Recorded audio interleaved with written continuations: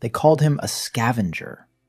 Clay, a worthless piece of meat, incapable of finding a single soul stone. Yet he held in his filthy palm the petrified egg of a spirit beast, for which, on the other side of the universe, they would have given 18 stones. And no one in this village even suspected who had come to them. Daniel Hahn opens his eyes and chokes on the dirt. Above him is a foreign sky, high, pale as faded silk, not Seattle's. 3 teenagers in patched robes stand over him. One kicks a sack of stones and cackles.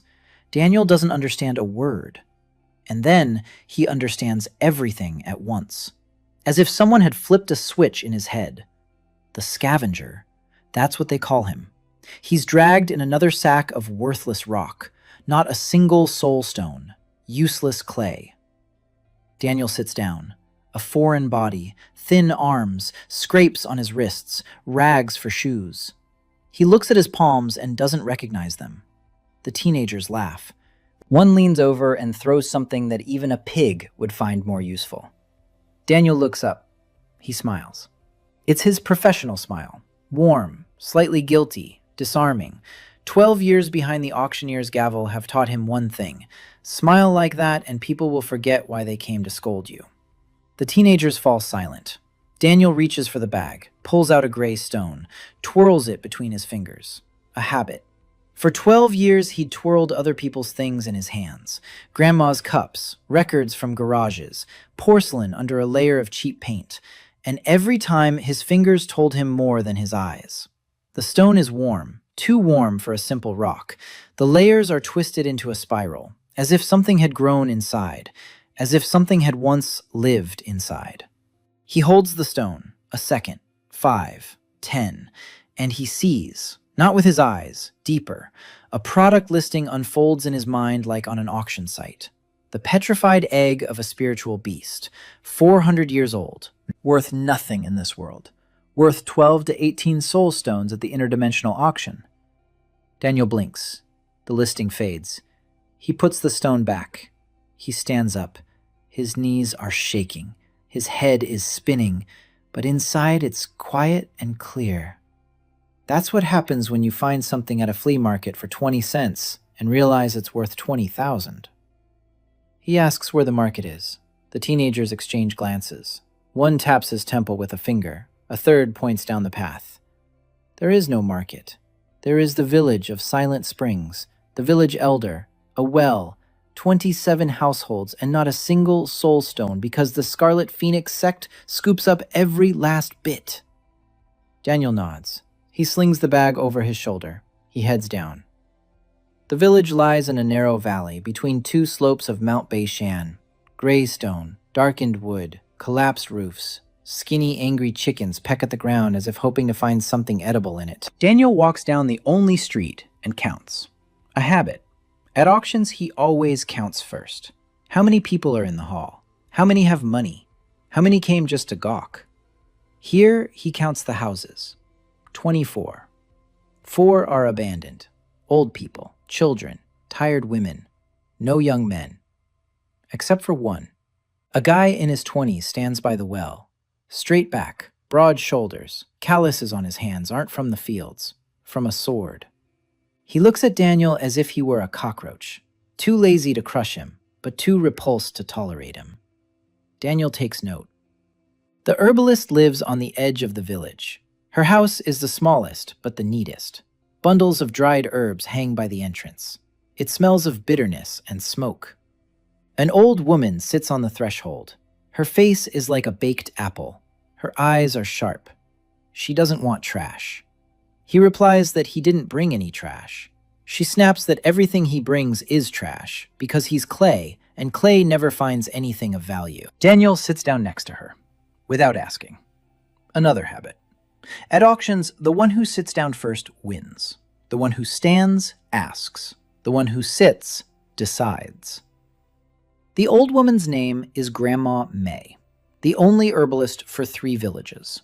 Her husband died 15 years ago. Her son died 10 years ago. She has a granddaughter left. The girl is about 6. A cough comes from the house, wet, heavy, a child's. Grandma May presses her lips together and turns away. Daniel stands up and goes inside. The girl is lying on a cot, pale. Her cheeks are flushed. Her forehead is beaded with sweat. He touches her forehead. A fever.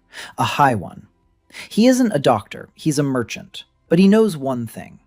When something falls apart before your eyes, you either find a buyer right now or lose it forever. He goes out. Grandma May sits just as she was sitting. She isn't crying. She stopped crying long ago. Daniel looks around the yard. He picks up a cracked clay bowl. It's heavy. The glaze has worn away to a pale white. For 30 years, dough was kneaded in it. Every day. By one woman's hands. The datasheet unfolds in his mind. Handmade clay bowl. Age, 40 years. Material value, negligible. Emotional value, critical. Over 10,000 hours of conscious labor by a single owner. Value to a collector of relics, 3 to 7 units. He sets the bowl aside. He takes a fragment of a wooden comb from the shelf. His husband's comb. 3 teeth are broken. Then a flat stone with a carved hieroglyph. From his son's grave. Grandma May wipes it down every morning. Then a pinch of ash from the hearth that never went out a single day. 4 objects. Daniel sits down on the ground. He closes his eyes. Inside his head, a dark plane spins with points twinkling like stars. Each point is a buyer. Thousands of worlds, millions of buyers. And among them, he must find one. The one who needs these 4 things most of all. Daniel assembles the lot. 4 items, each containing a whole life. A bowl where dough was kneaded for the family for 30 years. A comb with which a man combed his wife's hair every morning. A stone from his son's grave, which his mother tended for 10 years. Ashes from the eternal hearth. The buyer is found instantly. A collector from the world of 1,000 sorrows. There, the value of an item is measured by the amount of grief invested in it. There, such things are worth their weight in gold. Daniel names his price. 1 pill of returning breath, the lowest grade. The buyer agrees. The exchange. Daniel opens his eyes. A white pea in his palm. Smooth, almost weightless. He enters the house. He places the pill in the girl's mouth.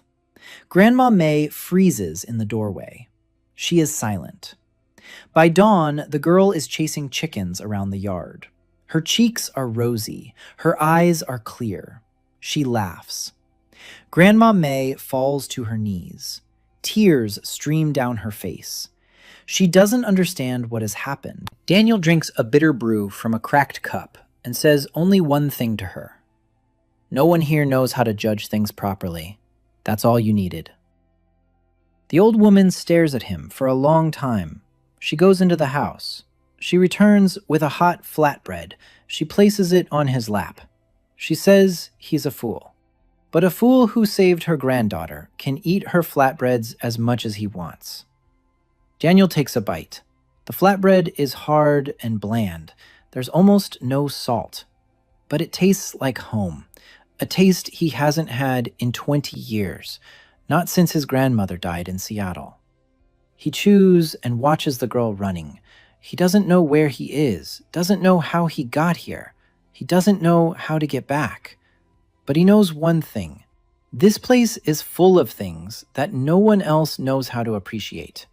And he does. And that's enough for now. The day flies by. Daniel walks around the village. He listens. He's always listened more than he's spoken. At auctions, it's not the one who shouts the loudest who wins, but the one who listens most carefully. The village is dying. You can see it without even trying. The fields yield less and less. The spiritual herbs on the slopes of Beishan sprout once every 3 years instead of every season. The earth's veins are drying up.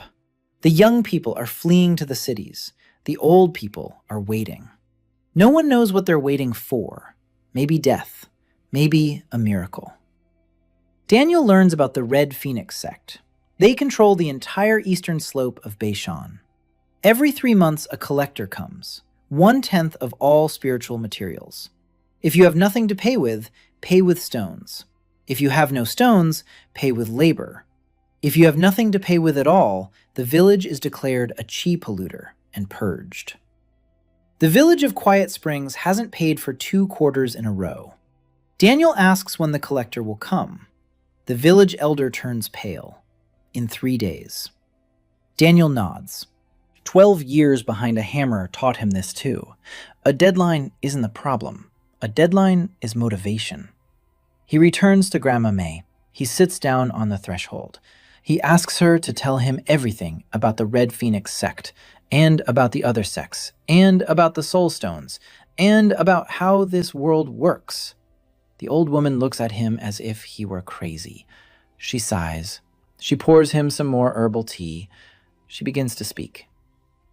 The Juhua continent, the 9 blossoms, 9 great sects. Each holds its own peak and the lands around it. Spiritual chi is the foundation of everything. It is extracted from ores, herbs, and animal cores. Soul stones are condensed chi in solid form. They are used to pay for everything. Training, medicine, protection, life. Those without a talent for cultivation are called clay. Clay does not control chi, does not fly on swords, does not ignite fire with a snap of the fingers. Clay digs, hauls, gathers, and dies. Daniel listens, memorizes, sorts it like a catalog, fact by fact. By nightfall, he knows enough. The world is dying. Resources are running out. The sects are preparing for a great war. Small villages will be the first to go under the knife. And he has 3 days. He lies down on a straw mat by the hearth. His granddaughter is already asleep, breathing evenly, healthy. Grandma May covers him with an old blanket and calls him Danny. Daniel closes his eyes. He smiles. 3 days. That will be enough for him. The morning of the second day began with a scream. Daniel jumped up on the mat and hit his head on a low beam. A rooster was crowing in the yard, not an ordinary rooster. This one sounded as if someone had stepped on a bagpipe. Grandma May was already standing by the hearth. Flatbread, bitter tea. Her granddaughter was sitting on the floor and was drawing on the ground with a stick. Daniel rubbed the bump on his forehead. He stood up. He went out into the yard. The morning air was cold and clear. Mount Beishan loomed over the village like a wall. On its slopes grew trees that Daniel didn't recognize. Their trunks were silvery. The leaves were long and narrow. They swayed in the wind even though there was no wind. Daniel squinted. Then he turned away. 2 days. He had 2 days left. He ate breakfast. The flatbread was just as hard as yesterday. Grandma May said there wouldn't be any more because they only had enough flour for a week. Daniel finished his tea. He picked up the bag, the one with the gray stones. He poured the contents onto the ground in front of the house.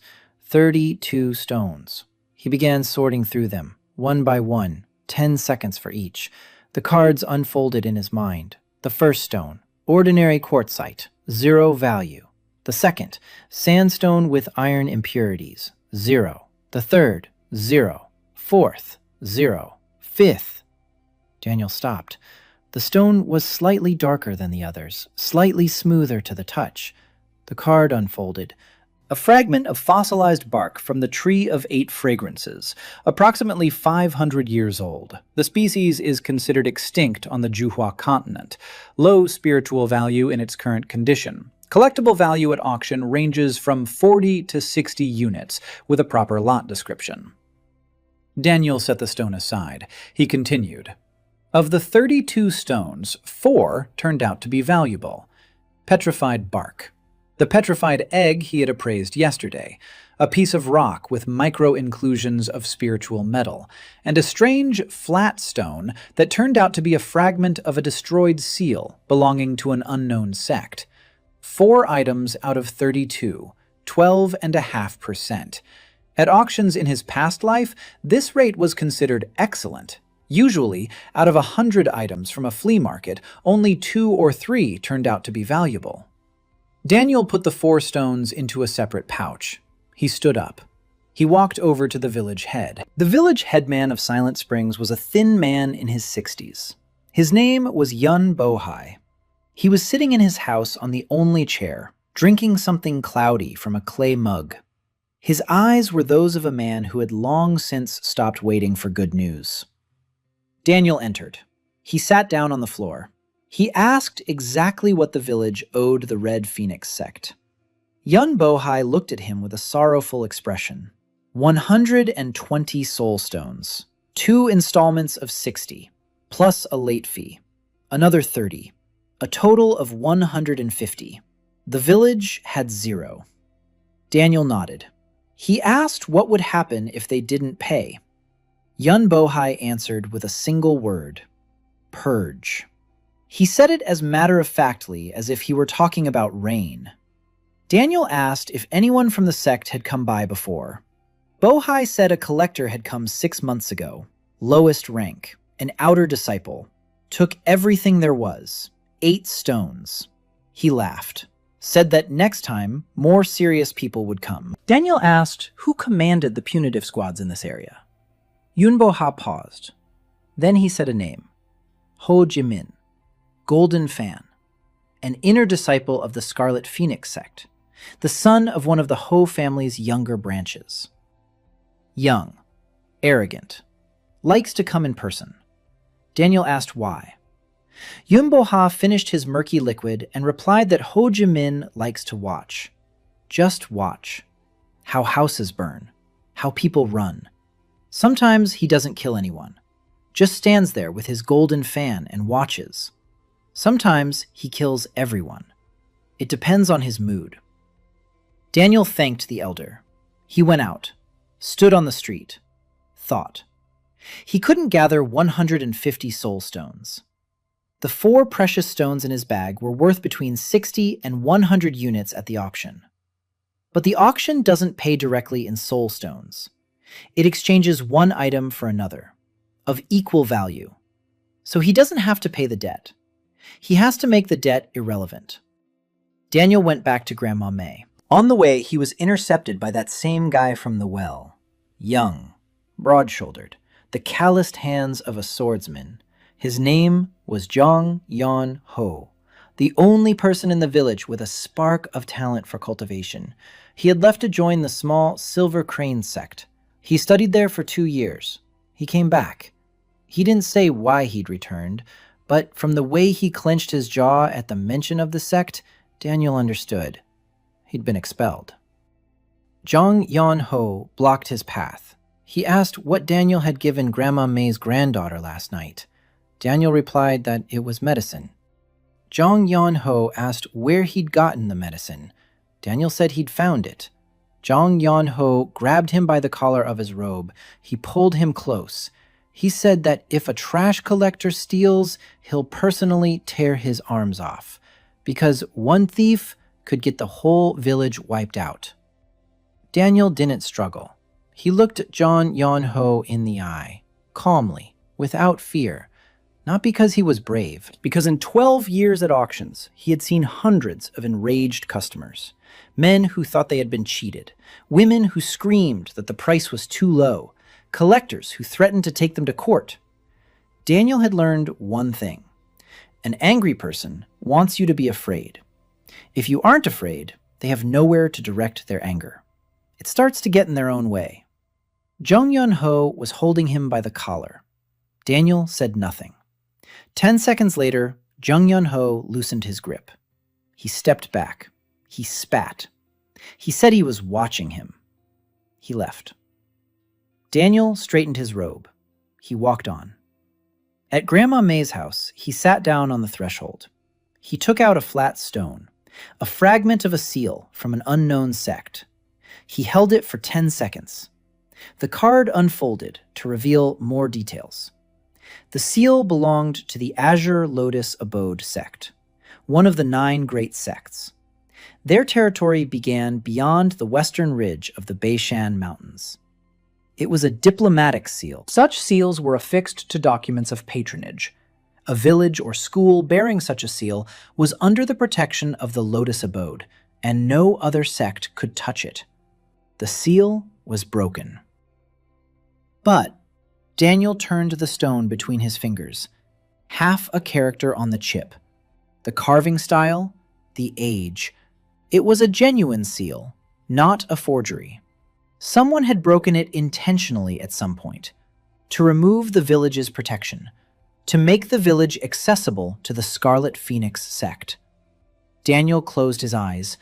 He entered the auction space, a dark, endless plain. Flickering dots. He formulated a request. I need a document, a pass or a charter confirming the Azure Lotus Abode sect's patronage over the settlement near Mount Beishan. Authentic or legally indistinguishable from the original. For the village of Quiet Springs, so they can survive until next season. The auction flickered. The request was being processed.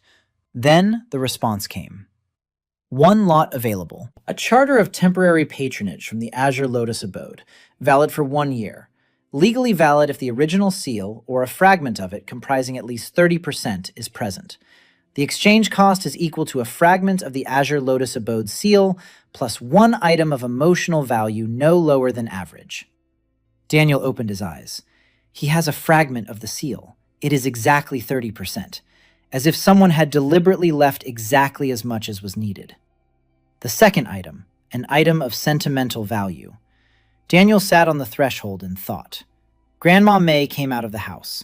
She handed him a cup of herbal tea, hot, bitter. He took the cup with both hands, sat for a while, then stood up. He walked to the ravine where he had woken up yesterday. The place was unremarkable. A hillside, rocks, mud, grass. But Daniel knelt down. He ran his hand over the ground. This was where he had opened his eyes to this world. This was where his second life had begun.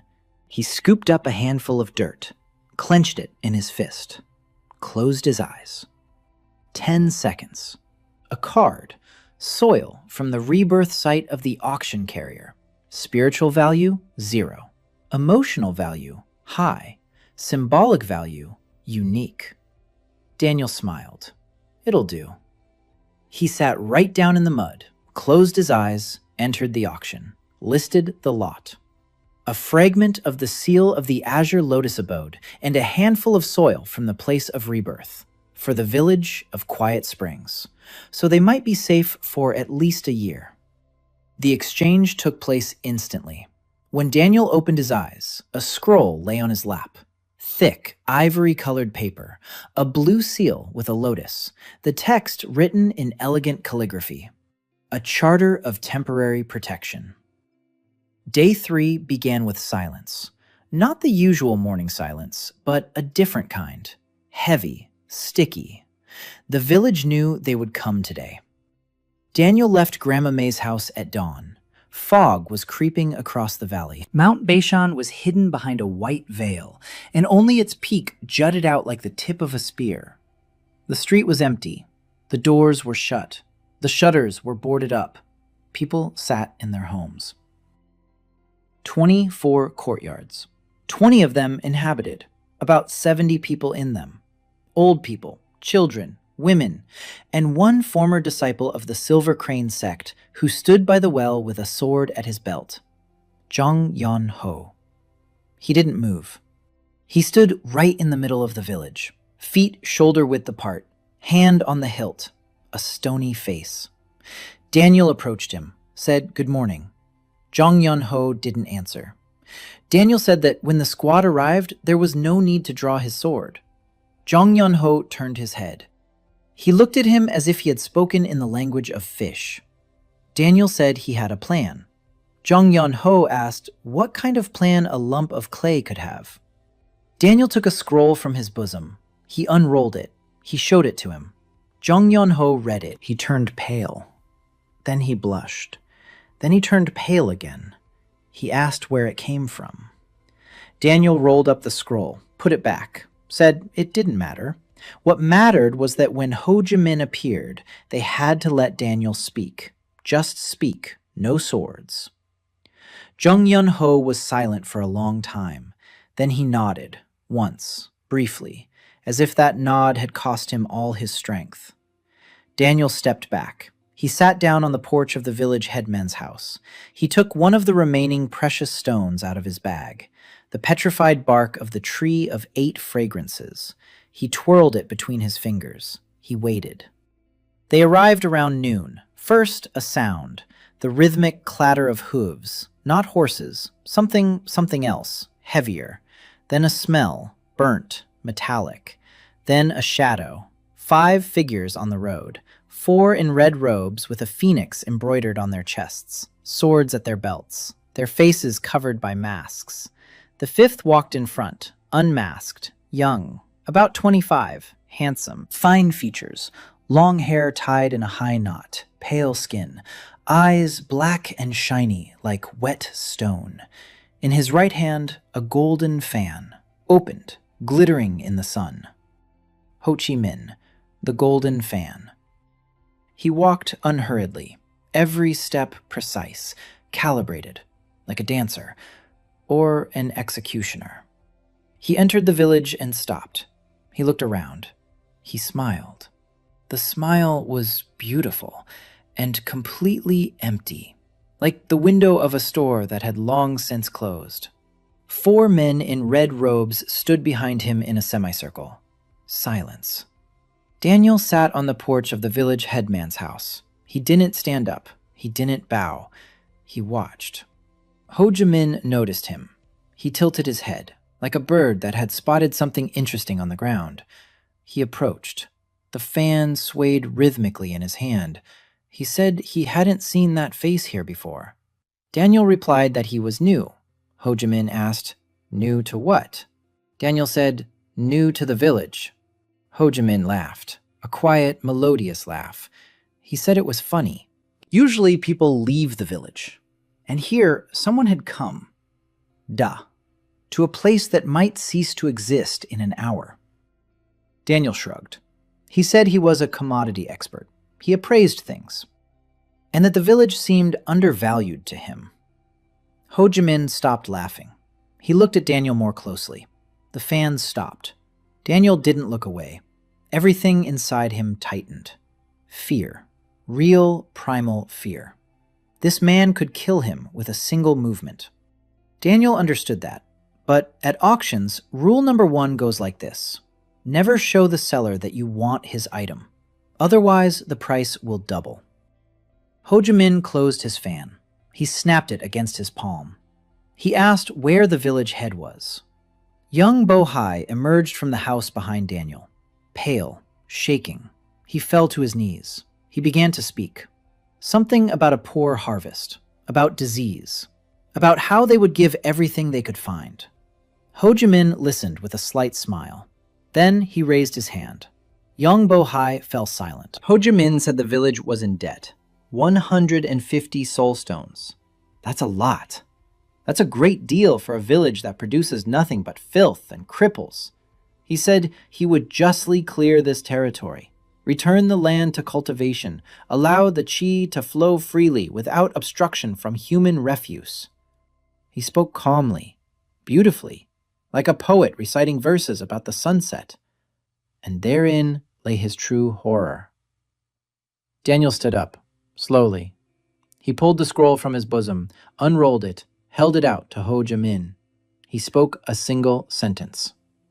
The village of Silent Springs is under the protection of the Azure Lotus Abode. Silence. Absolute.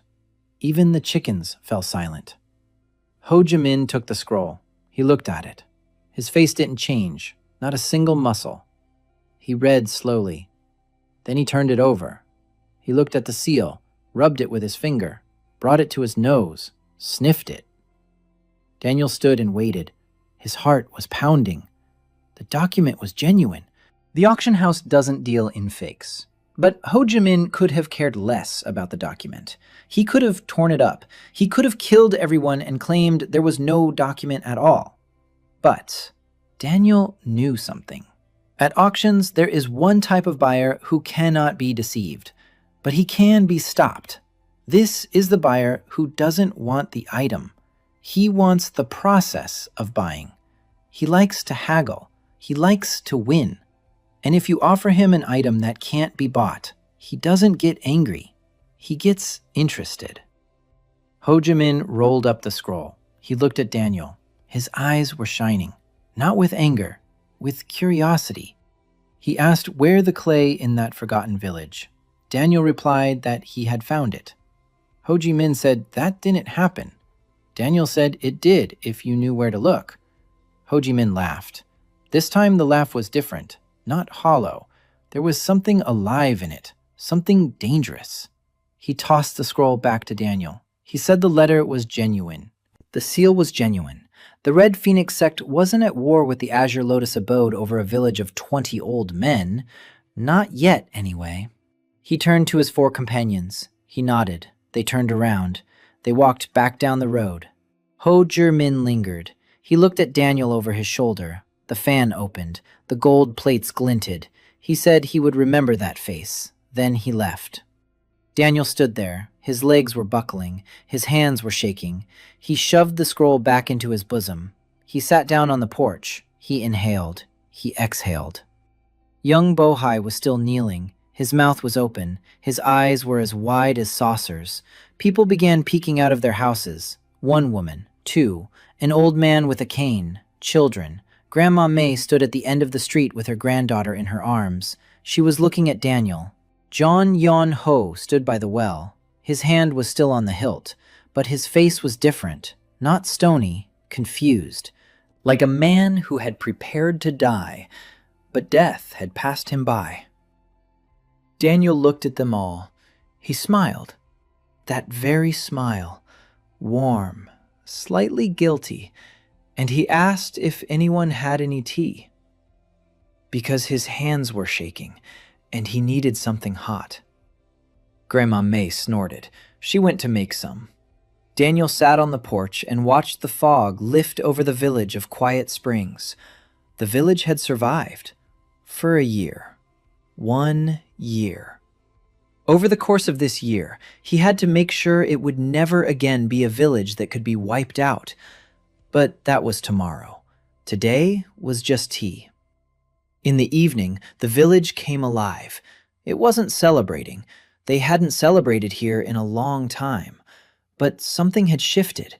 People were coming out of their houses, talking, looking at Daniel. Some with suspicion, some with hope, some with fear. Yun Bohai came to Grandma May. He sat down next to Daniel. He was silent for a long time. Then he asked who he was. Daniel said he was a commodity expert. Young Bohai said he didn't know that word. Daniel said it was a person who looks at things and tells how much they're worth. Young Bohai asked how much this village was worth. Daniel looked at him, then at the houses, at the mountain, at the children playing in the street for the first time in a week. He said he didn't know yet, but he was going to find out. On the 4th day, Daniel started working. Not the way the villagers worked, not in the fields, not in the quarry. He worked with his eyes and hands. He got up before dawn. He took an empty sack. He went to the slope of Mount Beishan, alone. Grandma May said it was dangerous to go up the slope. There were spirit beasts there, small but vicious. Mountain rats with stone teeth, snakes that spit acid. Daniel said he would be careful. Grandma May said that caution doesn't save you from stone teeth. Daniel went anyway. The slope began about 50 paces from the outermost houses. Silver trees, the very ones that swayed without wind. Daniel approached one. He placed his palm on the trunk. 10 seconds. Card, moon tree, a common species in the spiritual highlands of the Juhua continent. The wood has no spiritual value. The bark has a mild calming effect when brewed. The leaves are useless. The roots are deep and absorb residual chi from the soil. Market value at the auction, 0. Daniel removed his hand. He moved on. He spent 4 hours on the slope. He touched everything in sight. Stones, grass, soil, snags, mushrooms on dead tree trunks, moss, bones of small animals, feathers. He moved as if in an antique shop, methodically, row by row, shelf by shelf. Of the more than 200 items he had assessed that morning, 11 turned out to be valuable. 3 mushrooms that looked like ordinary toadstools, but turned out to be spores of the Thousand Dreams mushroom, a rare alchemical ingredient. 2 stones with flecks of spiritual metal. 1 root that stuck out of the ground like a dry stick, but turned out to be the root of the grass of the Forgotten Dawn. Dried, it was worth very little. But if soaked in water with moon dust, it became the base for mid-tier pills. 4 feathers from some kind of bird. Daniel hadn't seen the bird itself, but the feathers lay at the foot of the cliff. The auctioneer identified them as feathers of the twilight pheasant, a bird considered extinct in this region. The feathers themselves were worth little, but for a collector from a world where birds didn't exist at all, every feather was like a work of art. And a single bone fragment, large, thick. The auction house identified it as a fragment of a mountain ox rib. The beast had gone extinct 100 years ago. The bone was imbued with residual chi. In the right hands, it could be carved into a comb or a hairpin that would slowly replenish its owner's chi over the course of several years. Daniel gathered everything into a bag. He returned to the village by lunchtime. He sat down by Grandma May's house. He laid out his finds. He began to think. Just sell everything at the auction and get food. That's an option, but a bad one. The sack of grain will run out. A pill will cure 1 person, and then what? No, he shouldn't sell it. He needed to create a system. At auctions, Daniel had seen how small stalls became big ones, not because they had 1 expensive lot, but because they had a steady stream. 10 cheap lots every day bring in more than 1 expensive one once a month. The village needs a steady stream, but the villagers don't know how to see value.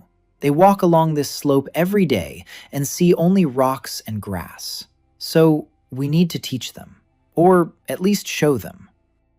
Daniel called Grandma May. He laid out his finds in front of her.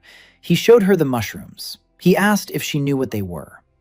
Grandma May looked at them. She said it was a toadstool, poisonous. Children sometimes eat them and then get sick. Daniel said it wasn't a toadstool.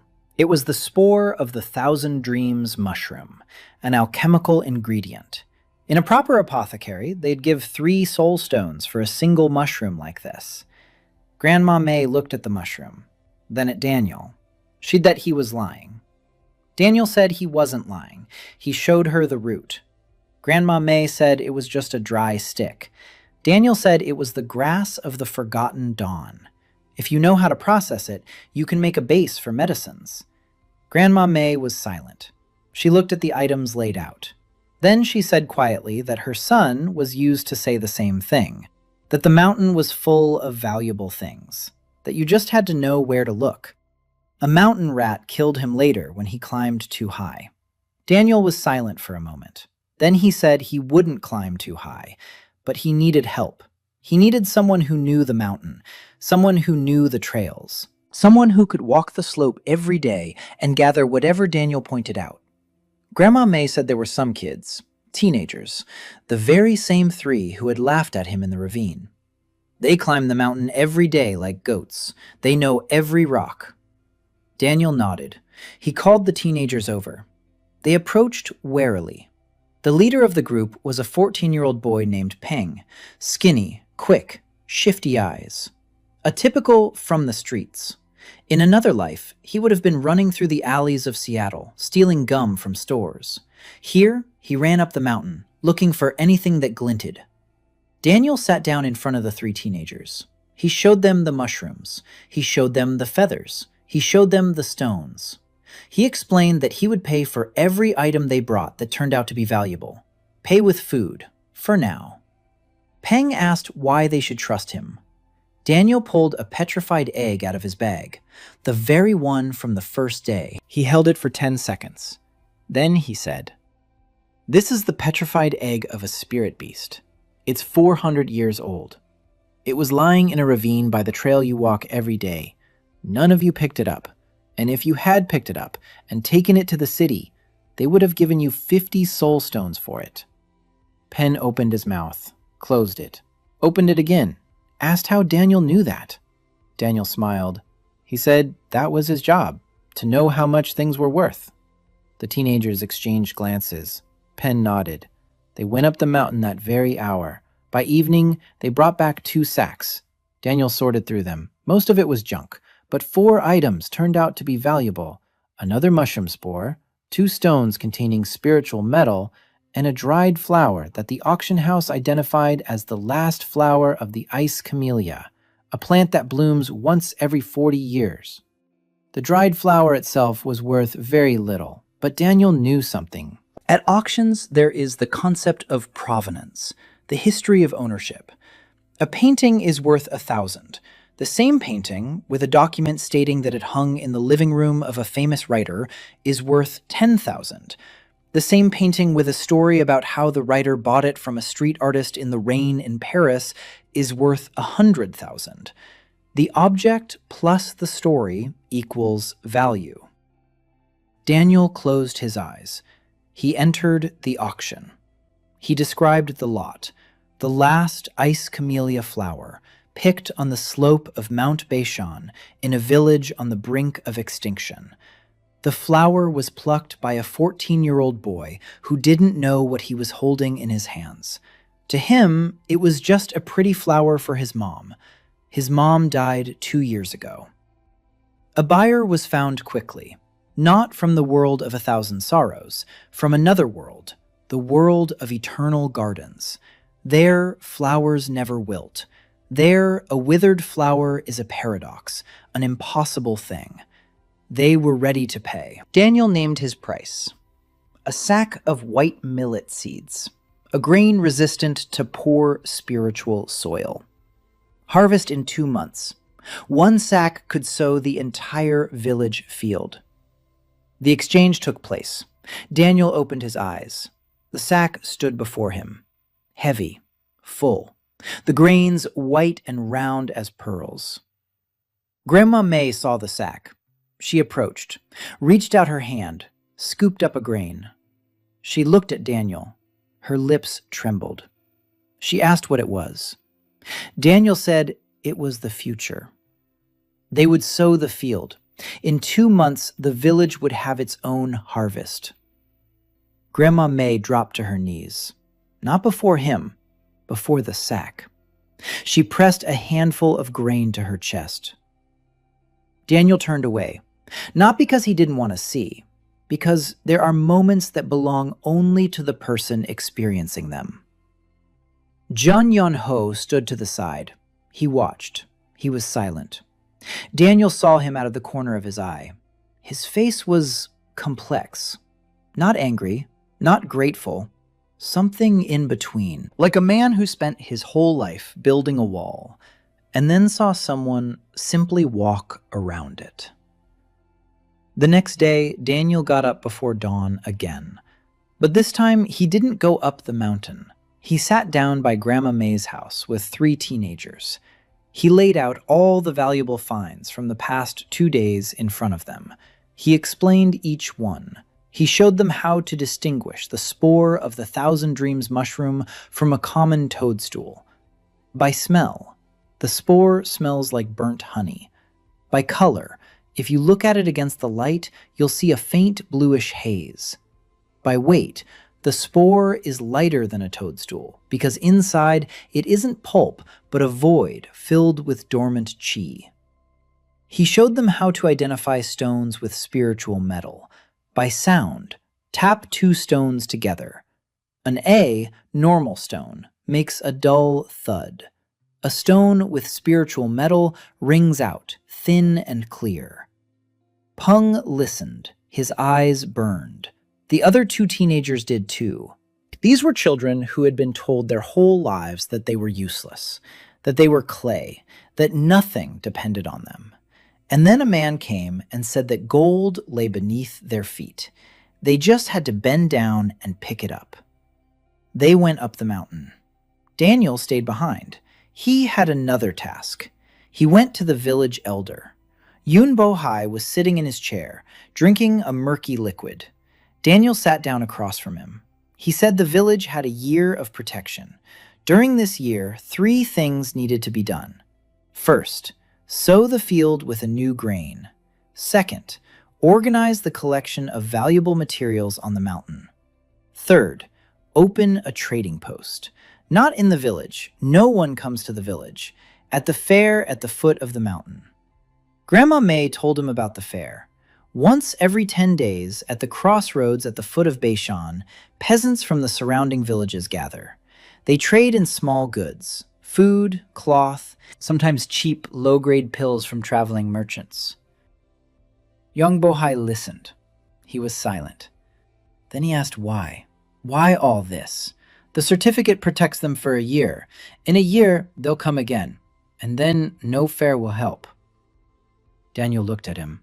He said that in a year, the village would have soul stones. There would be goods. There would be connections. In a year, the village of Silent Springs would cease to be a village to be pitied. It would become a village that it would be profitable not to touch. Young Bohai finished his drink. 10 days later, Daniel was standing by the side of a dusty road at the foot of Mount Beishan.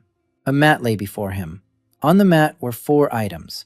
3 spores of the Thousand Dreams mushroom in small clay dishes, and 1 stone with flecks of spiritual metal on a stand made of moon tree bark.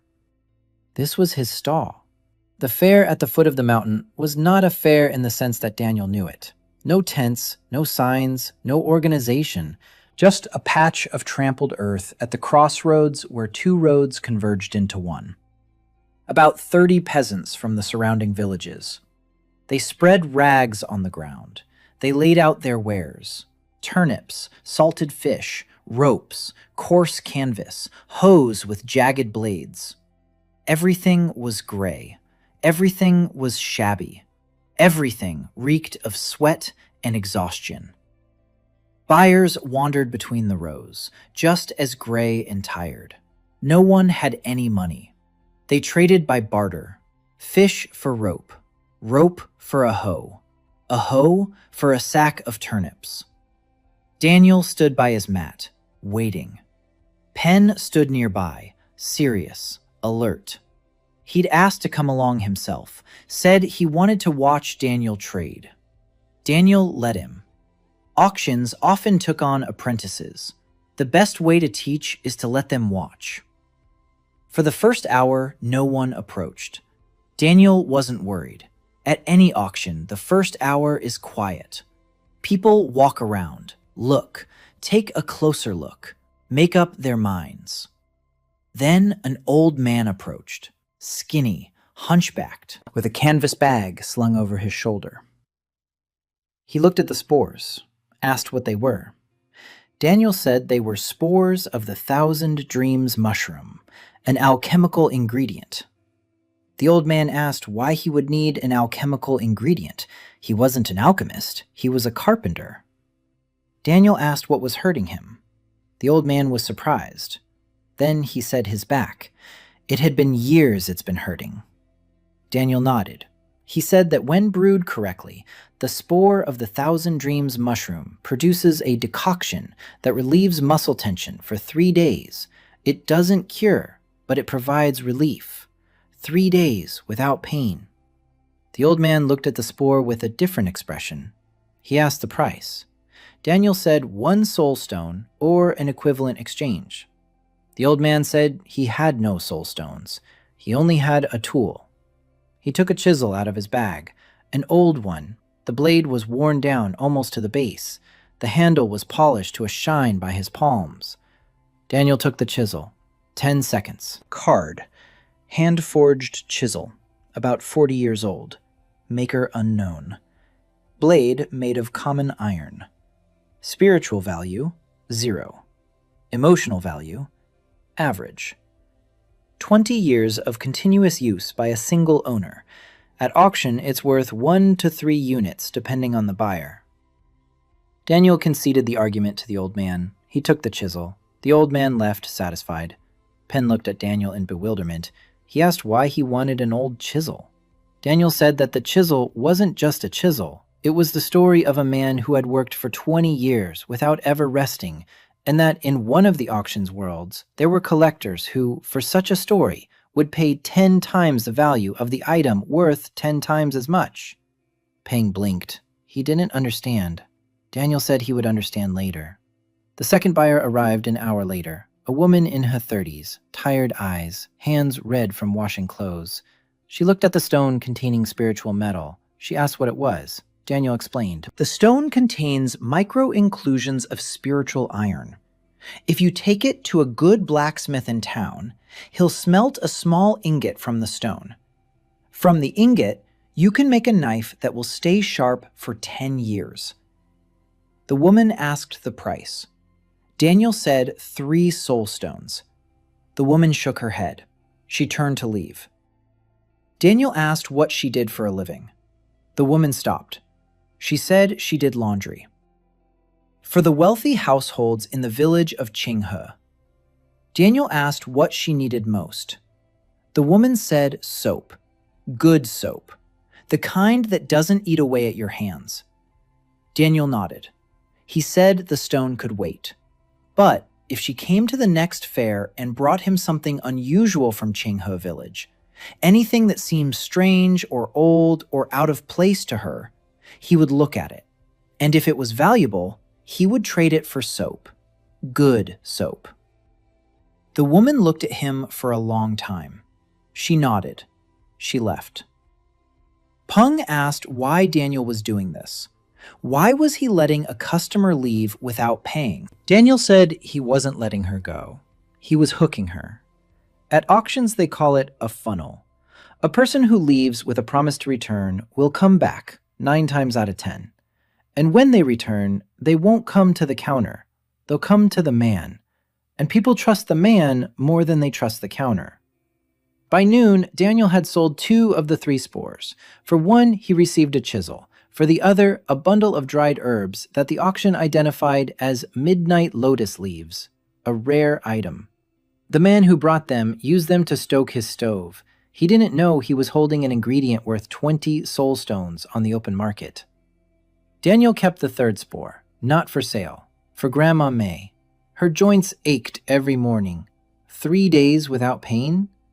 It's a small thing, but Daniel knew small things are what build trust. And he did something else, too. He walked around the fair. He looked. He listened. He touched things on other people's stalls. He didn't buy anything. He just talked to people, asked what it was, where it came from, how long they'd had it. The farmers eyed him askance. Some answered, some brushed him off. But Daniel wasn't offended. At auctions, the first 100 contacts are always like that. 90 say no. 10 say maybe. 1 says yes. That one is worth all 99. He found his one by evening, a middle-aged woman with a basket of dried herbs. An herbalist from a neighboring village. Not as experienced as Grandma May, but knowledgeable. Daniel sat down next to her. He asked if he could look at the goods. She let him. He sorted through the herbs. Most of it was ordinary. Bitter leaves, dried wormwood, roots used for colds. And one bundle that wasn't what it seemed. The auctioneer identified it as silver wormwood stems, a herb that grew only in places where earth veins once were, where qi flowed. The herb itself had no medicinal properties, but it pointed to something more important. If silver wormwood grows nearby, it means there are still remnants of qi underground. The vein isn't dead at all. It was sleeping. Daniel bought the bundle for the last spore of the 1,000 Dreams mushroom. The herbalist was surprised. She said these stems were worth a handful of copper coins. Why was he paying for them what was worth 3 soul stones? Daniel said it all depended on who needed it. The herbalist shook her head. She left. She decided he was a weirdo. Daniel returned to the village by nightfall. He sat down by Grandmother May's hearth. He placed the bundle of silver wormwood in front of him. He looked at it. He thought, if there is a dormant earth vein beneath the village of Silent Springs, that changes everything. A dormant vein can be awakened. Not him. He is clay. He has no qi.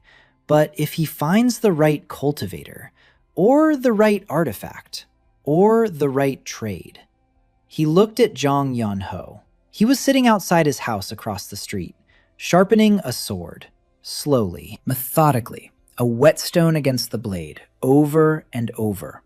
The only person in the village with a spark of talent for cultivation. Disgraced, angry, proud, useless in his own opinion. Daniel stood up. He walked over. He sat down next to him. Zhang Yunho didn't look up. He kept sharpening. Daniel asked why he had returned from the Silver Crane sect. Zhang Yunho was silent for a long time, stone against the blade, once, twice, 3 times. Then he said they had expelled him for weakness. His chi was unstable. It would flare up and then die down. The mentor said he was like a candle in the wind. It was a waste of resources. Let him go home. Dig the earth. That's more useful. Daniel nodded. He asked if Zhang Yunho could sense chi in the ground. Zhang Yunho looked up. For the first time ever, he looked at Daniel without hostility, with surprise. He said yes. That's the only thing he's good at, sensing where there's chi in the ground and where it's empty. His mentor said it was a useless talent, that a warrior doesn't sniff the ground but cuts down enemies. Daniel smiled. He handed him a bundle of silver wormwood. He asked if he could sense anything. Zhang Yunho took the stems. He twirled them in his hands. He closed his eyes. Then he opened them, abruptly, wide. He looked at Daniel. He said there was a trace in these stems. Faint, almost dead, but it was there. Where were they from? Daniel said from the surrounding area. He asked if Zhang Yunho could find the place where they grew. Zhang Yunho looked at the blue, then at Daniel. He said he could. But why? Daniel replied that if they found the place where they grew, they could find the sleeping earth vein. Zhang Yunho was silent. Daniel said that the man who would awaken the sleeping vein and restore chi to the earth around the village would not be a candle in the wind. He would be the man who lit a fire where everyone thought there would be no more fire. Zhang Yunho clenched the stems in his fist. He turned away. Daniel saw his shoulders tremble. He stood up. He walked over to Grandma May. He didn't look back. There's another rule at auctions. When you see that a person is ready to make a decision, walk away. Don't pressure them. Don't rush them. Let them come to yes on their own. In the morning, Zhang Yunho stood at the threshold of Grandma May's house. With a bundle of silver wormwood in his hand, he said he would go look for it. Daniel nodded. He handed him a flatbread. Zhang Yunho took it. He looked at it, then at Daniel. For the first time, he almost smiled. Then he turned and walked up the slope, with the quick, light step of a man who, for the first time in a long while, knows where he's going. Daniel stood and watched him go. He drank bitter tea. Grandma May stood nearby. She said he was a dangerous man. Daniel asked why. She said it was because he made people hope, and hope in this world is worse than poison. Those who hope fall harder. Daniel finished his tea. He set down the cup. He said that in that case, he would make sure there was nowhere to fall. Chon Yunho returned 2 days later, dirty, scratched up, with a torn sleeve, but his eyes were burning. He had found it. The Earth's lifeline lay beneath the eastern slope of Beishan, an hour and a half's walk from the village. Not deep, 20 meters under a rock. It wasn't dead. It was sleeping. Zhang Yunho said the chi there was like embers under ash. If you blew on it the right way, it would flare up. Daniel sat on the threshold of Grandma May's house and listened. He asked what it meant to blow on it the right way. Zhang Yunho sat down beside him. For the first time, he sat beside him instead of standing over him. He explained. To awaken a dormant vein, you need a cultivator no lower than the 3rd level. Zhang Yunho was at the 1st level, unstable. His chi fluctuated. He could sense the vein, but couldn't reach it. It was like hearing a voice behind a wall, but not having the strength to break through it. Daniel nodded. He asked what a 3rd level cultivator of the 3rd level to agree to help. Jung Yun-ho looked at him as if he were crazy. He said that a third-level cultivator is an inner disciple of a great sect. Such people don't talk to villagers. They fly on swords. They live in floating pavilions. They drink dew from mountain peaks. Why would such a person bother with a forgotten village? Daniel said it was his problem. Jung Yun-ho snorted. Then he asked quietly, "What if his chi became stable? What if he himself reached the third stage? Would he be able to then?" Daniel looked at him. He asked what he needed for that. Jung Yun-ho was silent. Then he said, "A foundation strengthening pill, medium grade. It stabilizes the chi channels. After taking it, a candle in the wind will stop flickering and burn steadily. But a single pill like that costs 200 soul stones." At the auction for low-grade materials, outer disciples from mid-tier sects fight over it. A village boy doesn't stand a chance. Daniel closed his eyes. He entered the auction. A dark plain, flickering dots. He formulated his request.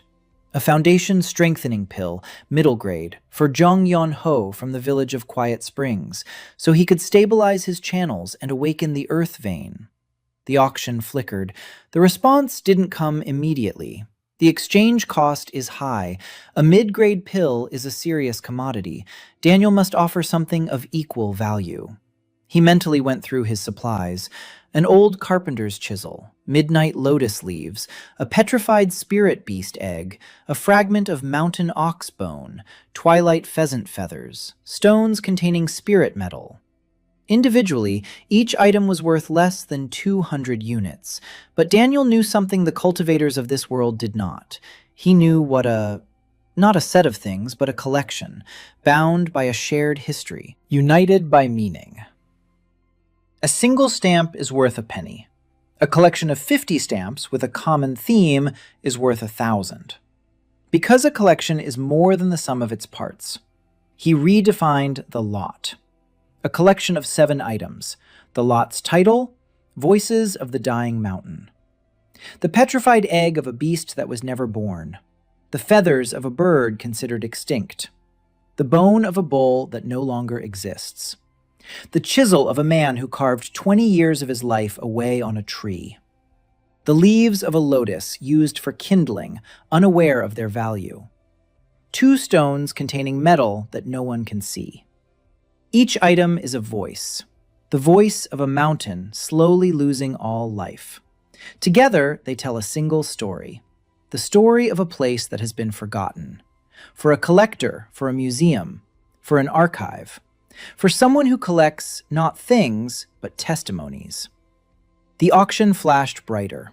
A buyer was found, a keeper from the world of the infinite library, a world where they collect not artifacts, but stories. Every collection with a story becomes a book on a shelf. 7 items, 7 voices, 1 story. The keeper was ready to pay. A foundation strengthening pill, middle grade, plus a bonus. A small scroll with meditation techniques for unstable channels. Lowest rank, but better than nothing. Daniel agreed. The exchange took place. He opened his eyes. On his lap lay a pill the size of a pinky fingernail, golden, with fine veins inside, and a scroll rolled into a tube. Jung Yun-ho sat nearby, watching. Daniel held out the pill to him.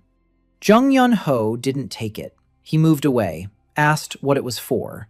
Daniel said it was for nothing, for the vein, for the village, for the people who live here. Jung Yun-ho said he didn't deserve it, that he'd been kicked out of the sect like a dog, that he was weak, that the pill was worth a fortune, and wasting it on a candle in the wind was madness. Daniel placed the pill on the ground between them. He placed the scroll next to it. He said one thing. You weren't kicked out because you're weak. You were kicked out because they didn't know what to do with you. But I do. Jung Yun-ho stared at the pill for a long time. His hands clenched into fists. Then he unclenched them. He picked it up, swallowed it, closed his eyes. Daniel saw a tremor run through his body. Small, quick, like ripples on water. Then Jung Yun-ho's face smoothed out. He opened his eyes. They were different. Not angry, not confused. Clear. He said that his chi had settled. For the first time in his entire life. It wasn't racing. It wasn't jumping. It was burning. Steady and quiet, like a candle in a windowless room. Daniel smiled. He said that a candle in a windowless room was exactly what was needed to light a fire underground. Jung Yun-ho stood up. He bowed, deeply, by the book, just as a student bows to a mentor. Daniel said there was no need, that he wasn't a mentor, that he simply sees things. Jung Yun-ho straightened up. He said that was exactly why. Because Daniel sees what others don't, including what's inside him. For the next 3 days, Jung Yun-ho meditated. He sat on the edge of the village, facing the mountain. He didn't move. He didn't eat. He drank only the water that Grandma May brought him. The scroll with the meditation technique lay open before him. Daniel didn't interfere. He was busy with other matters. He sent Pan and 2 teenagers up the mountain on a new mission, to look not only for valuable items, but also for traces. Traces of people, old trails, abandoned campsites, remains of buildings. Peng asked why. Daniel said that if people had lived on the mountain, people had lived there, they would have left things behind. And old things are worth more than new ones. Pan left. Grandma May sat on the doorstep and rolled balls of rice flour. Her granddaughter was helping, or rather getting in the way. But Grandma May didn't scold her. She had stopped scolding altogether after her granddaughter recovered. Daniel sat down next to her. He helped shape the dough. His hands remembered. His grandmother in Seattle used to make mandu on the weekends. The same motions. Press, turn, pinch. Grandma May looked at his hands. She said he was shaping them like someone who had done this before. Daniel said he had, a long time ago, somewhere else. Grandma May didn't ask where. She didn't ask questions about his past. Maybe because she knew she wouldn't like the answers. Maybe because she didn't care. The main thing was that he was here, that he had helped, that her granddaughter was alive. The rest could be left at the door. By evening on the 3rd day, Jung Yun-ho got up. He came to Daniel. He said he was ready. His chi was stable. He could sense the earth better than before. Much better. The pill hadn't just stabilized his meridians. It had expanded his perception. Before, he could sense chi in the ground within 5 steps of him. Now, within 50. He can feel the vein. He can try to awaken it, but he's not sure he has enough strength. The 3rd stage is far away. He's at the 1st. Stable now, but the 1st. Daniel asked if he could help. Jung Yun-ho asked how. Daniel said he didn't know yet, but he knew one thing. One person is one candle, but if you gather 10 candles in one place, there will be enough light. Jung Yun-ho didn't understand. Daniel said he'd think about it until morning. That night, Daniel lay there staring at the ceiling. He was thinking. He needed a 3rd stage cultivator, or a way to temporarily strengthen Jung Yun-ho, or another path to the vein. At auctions, when you don't have the budget for the main lot, you don't walk away. You look for a workaround. You buy 3 small lots that together add up to the same as one large one. In the morning, he woke up with an idea. He went out into the courtyard. He found Jung Yun-ho. He asked if the man could channel someone else's chi, not his own. Jung Yun-ho thought for a moment. He said that in theory, yes. If someone gave him their chi, he could channel it into the ground, like a conduit. But who would give it? There were no cultivators in the village besides him. Daniel said there were no cultivators. But chi exists in every living thing, even in clay. It's just that clay doesn't know how to control it. But if the chi were extracted... Grandma May approached. She listened. She said that in the old days, the villagers would gather in a circle and sing, and that after they sang, the earth yielded a better harvest. The old folks said it was superstition, but Grandma May remembered. When she was little and the village sang, the fields were green. Daniel looked at her, then at Jun-Yun-Ho, then at the village. 20 households, 70 people, each of them clay. Each carries a tiny spark of chi within them, uncontrollable, useless by the sex standards. But if you gather 70 sparks and channel them through a single conduit. Daniel closed his eyes, entered the auction, formulated a query not for an object, but for information. Does a technique or ritual exist that allows a group of people without cultivation skills to combine their chi and transmit it to a single conduit? The auction replied, it exists. The ritual of the common hearth, an ancient practice of the Heshan civilization, lost 3,000 years ago. The cost of the information is one item related to communal labor. Daniel opened his eyes. He stood up. He walked to the well in the center of the village. He placed his hand on the stone rim. 10 seconds. Card. Well. Approximately 120 years old. Dug by the joint efforts of the residents of the village of Silent Springs. The stones were laid by hand. Each stone bears the marks of dozens of hands. High emotional value, unique symbolic value. Daniel chipped off a small piece from the edge of the well, the size of a fingernail. He logged into the auction. He listed it. A fragment of the well that had provided water to an entire village for 120 years, dug up by their collective hands, for the village of Quiet Springs, so they could do something together again. The exchange took place. In his palm lay a thin wooden plaque with symbols burned into it, instructions for the ritual of the common hearth. Daniel read it again, smiled. Simple. Surprisingly simple. People stand in a circle. They join hands. One of them is the conductor. He stands in the center. The rest breathe in unison. They sing. Any song.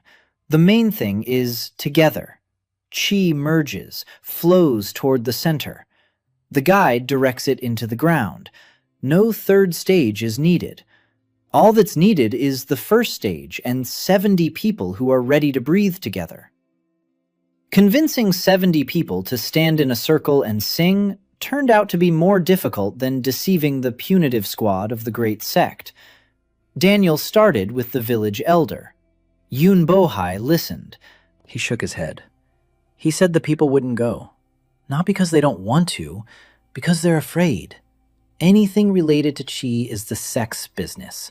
If the sect finds out that the villagers are trying to work with Chi without permission, they'll be wiped out faster than for debts.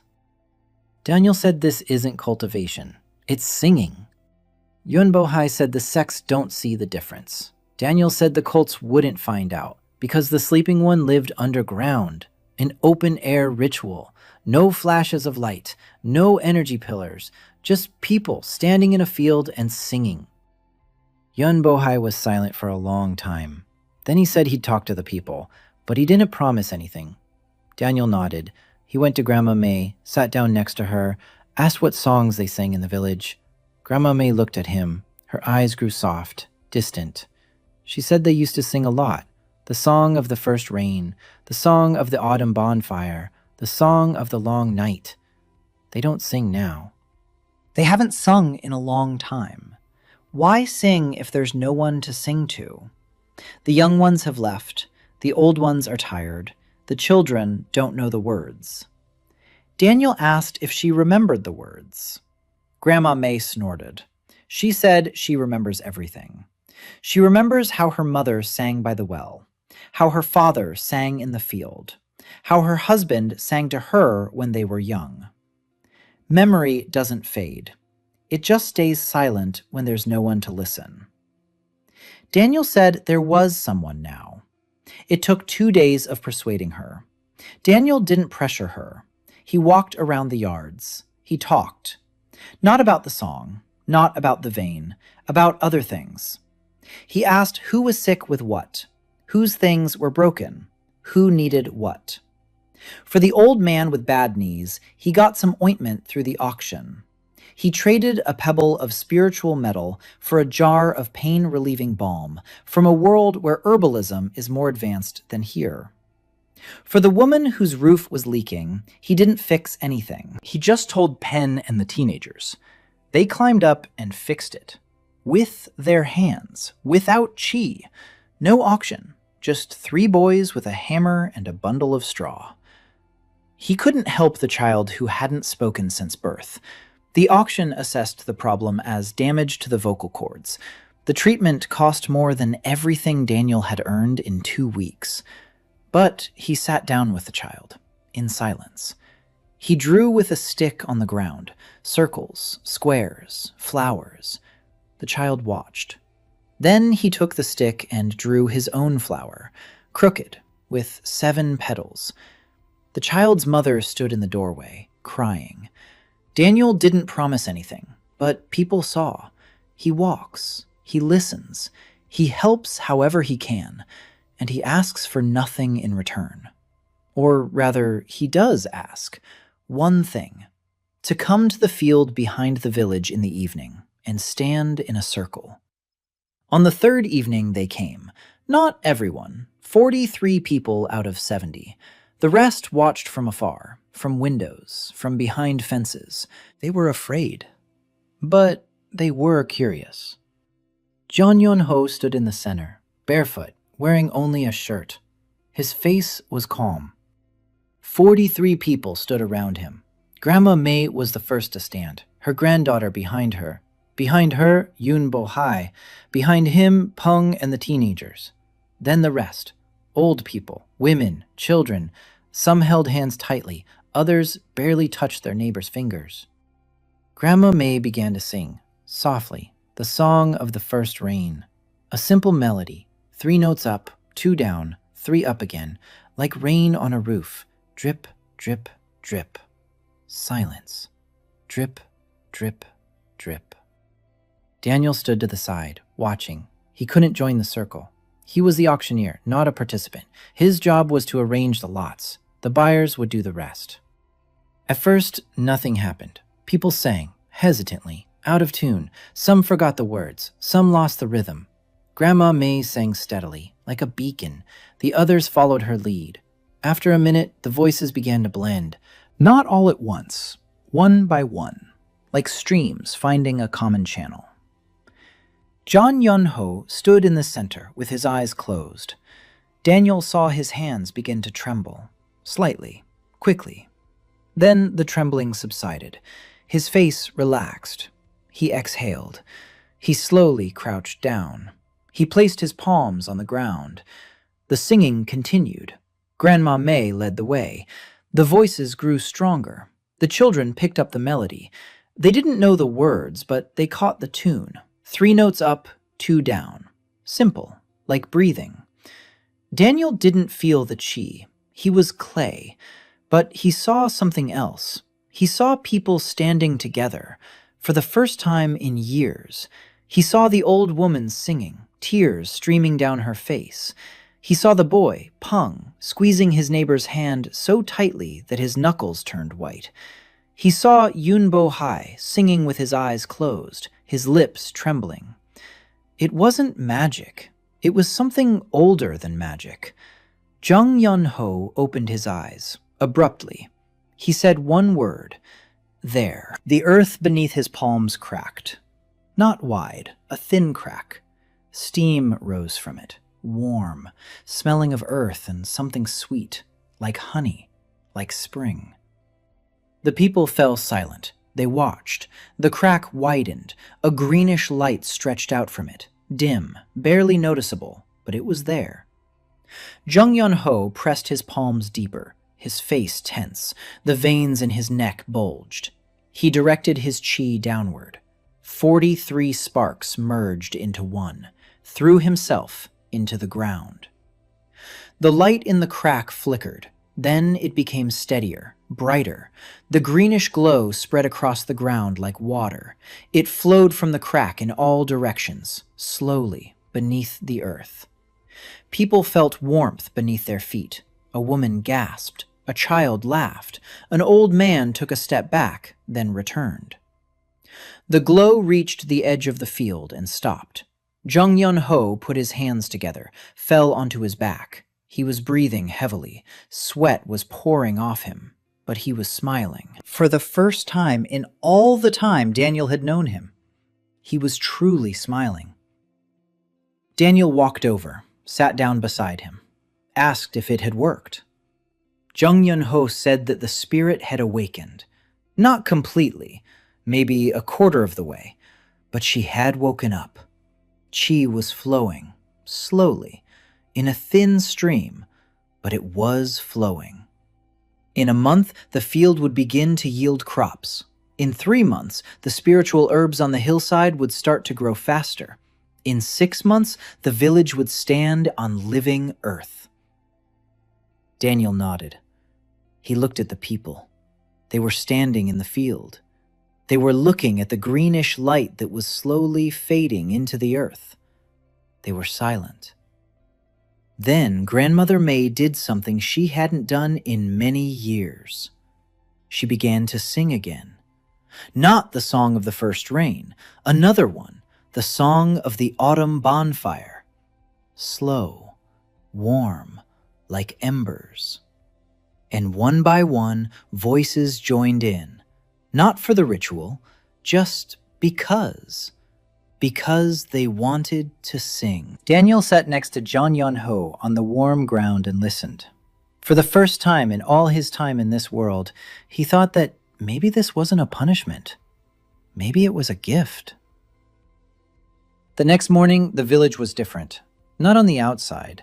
The houses were the same. The roofs were the same. The chickens were the same. But the people walked differently. More upright, faster. They spoke louder.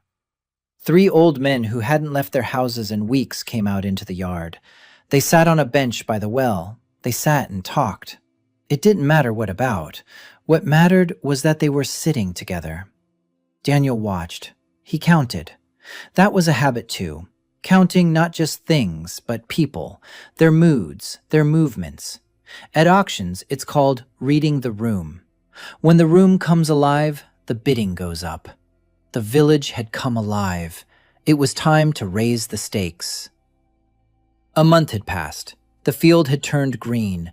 The white millet had grown 3 handspans tall. The stalks were sturdy. The leaves were broad. The grain was gaining weight. Grandma May walked along the rows every morning. She touched the stalks. She sniffed the earth. She said the earth smelled different, more alive, like before, like in her childhood. The village was bustling. Peng and the teenagers went up the mountain every day and returned with sacks.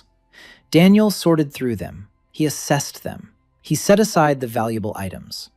The stockpile grew. Mushroom spores, stones with metal, herbs, bones, feathers. Once, Peng brought a clay shard, small, dirty, with chipped edges.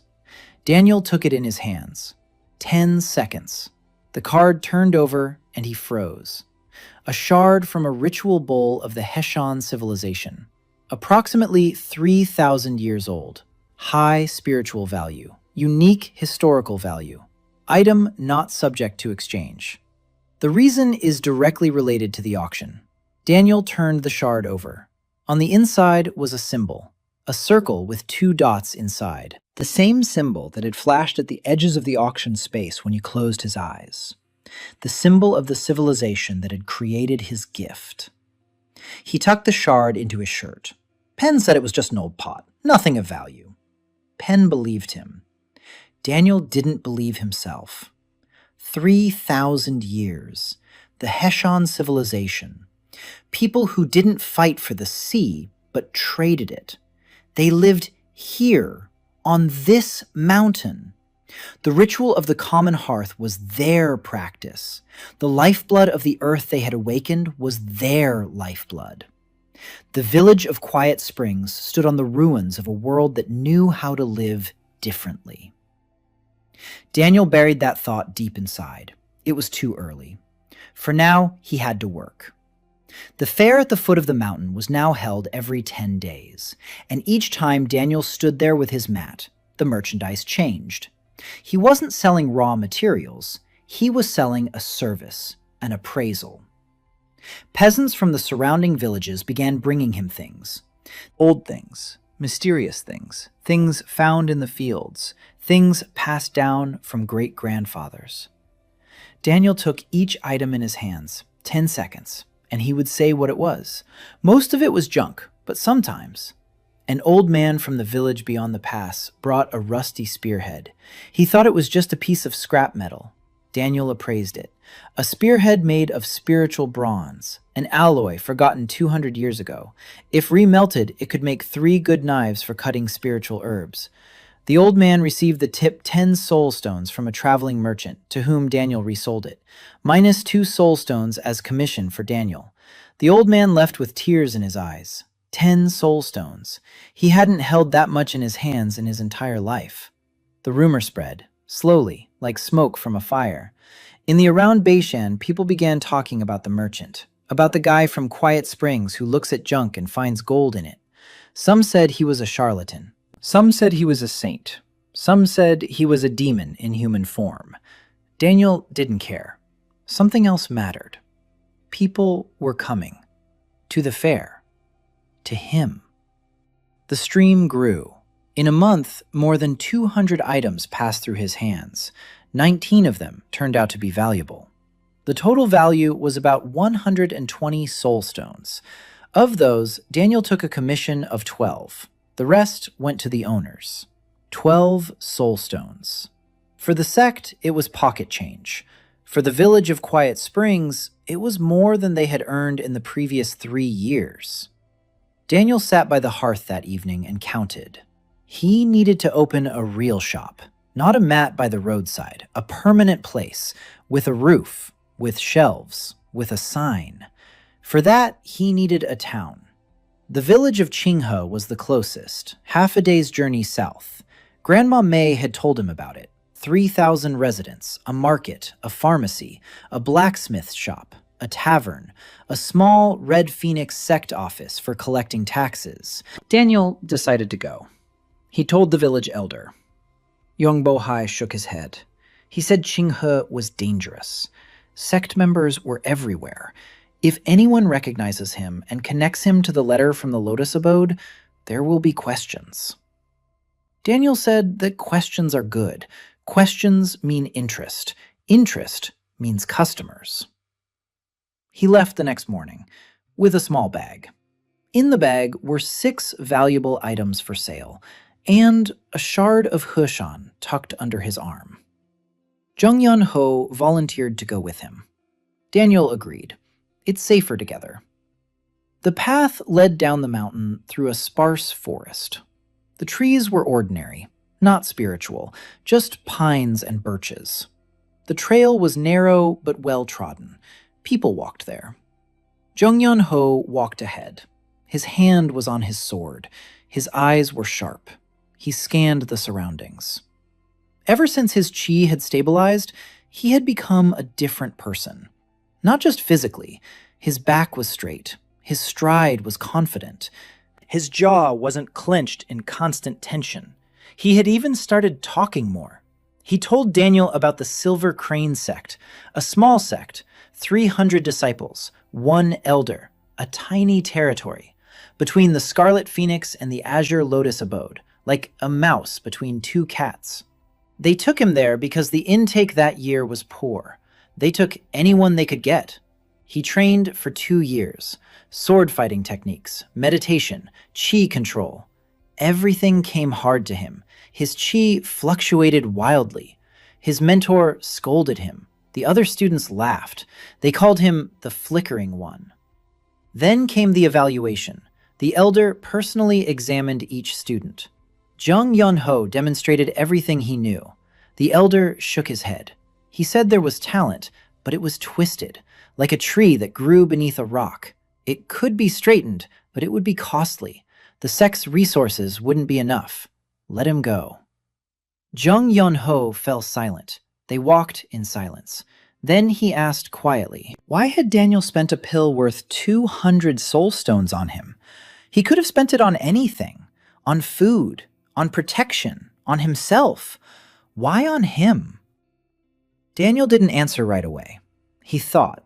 Then he said, because you're the only one in the village who can do what no one else can. Feel the earth. It's not a weakness. It's a specialty. The world says that what everyone wants is valuable. Swords, fire, flight. But I'm a merchant. I know that the most valuable thing is the one that no one else has. Your talent is rare.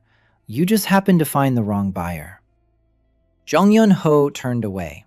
Daniel saw that he swallowed hard. He didn't say anything else. At auctions, the silence that follows the right words is worth more than any speech. By noon, they had reached Qinghe. The village was larger than Daniel had expected. Not 3,000 residents, maybe 5,000. Grandma May hadn't been here in a long time. Apparently, the village had grown. Stone houses, tile roofs, a wide main street, shops on both sides, fabrics, food, tools, a single pharmacy with a green sign, a single blacksmith shop from which heat and the clang of metal emanated, a tavern on the corner with the smell of roasted meat, and at the end of the street, a larger building with a red flag, with the phoenix crest, the office of the Scarlet Phoenix sect. Daniel looked at the office, turned away, walked down the street, looked around, counted. For every 10 shops, one was empty, so business was dying. The ones that were open sold cheap goods, turnips, rice, coarse canvas, no spiritual goods. No pills, no herbs, no artifacts. The sect takes it all.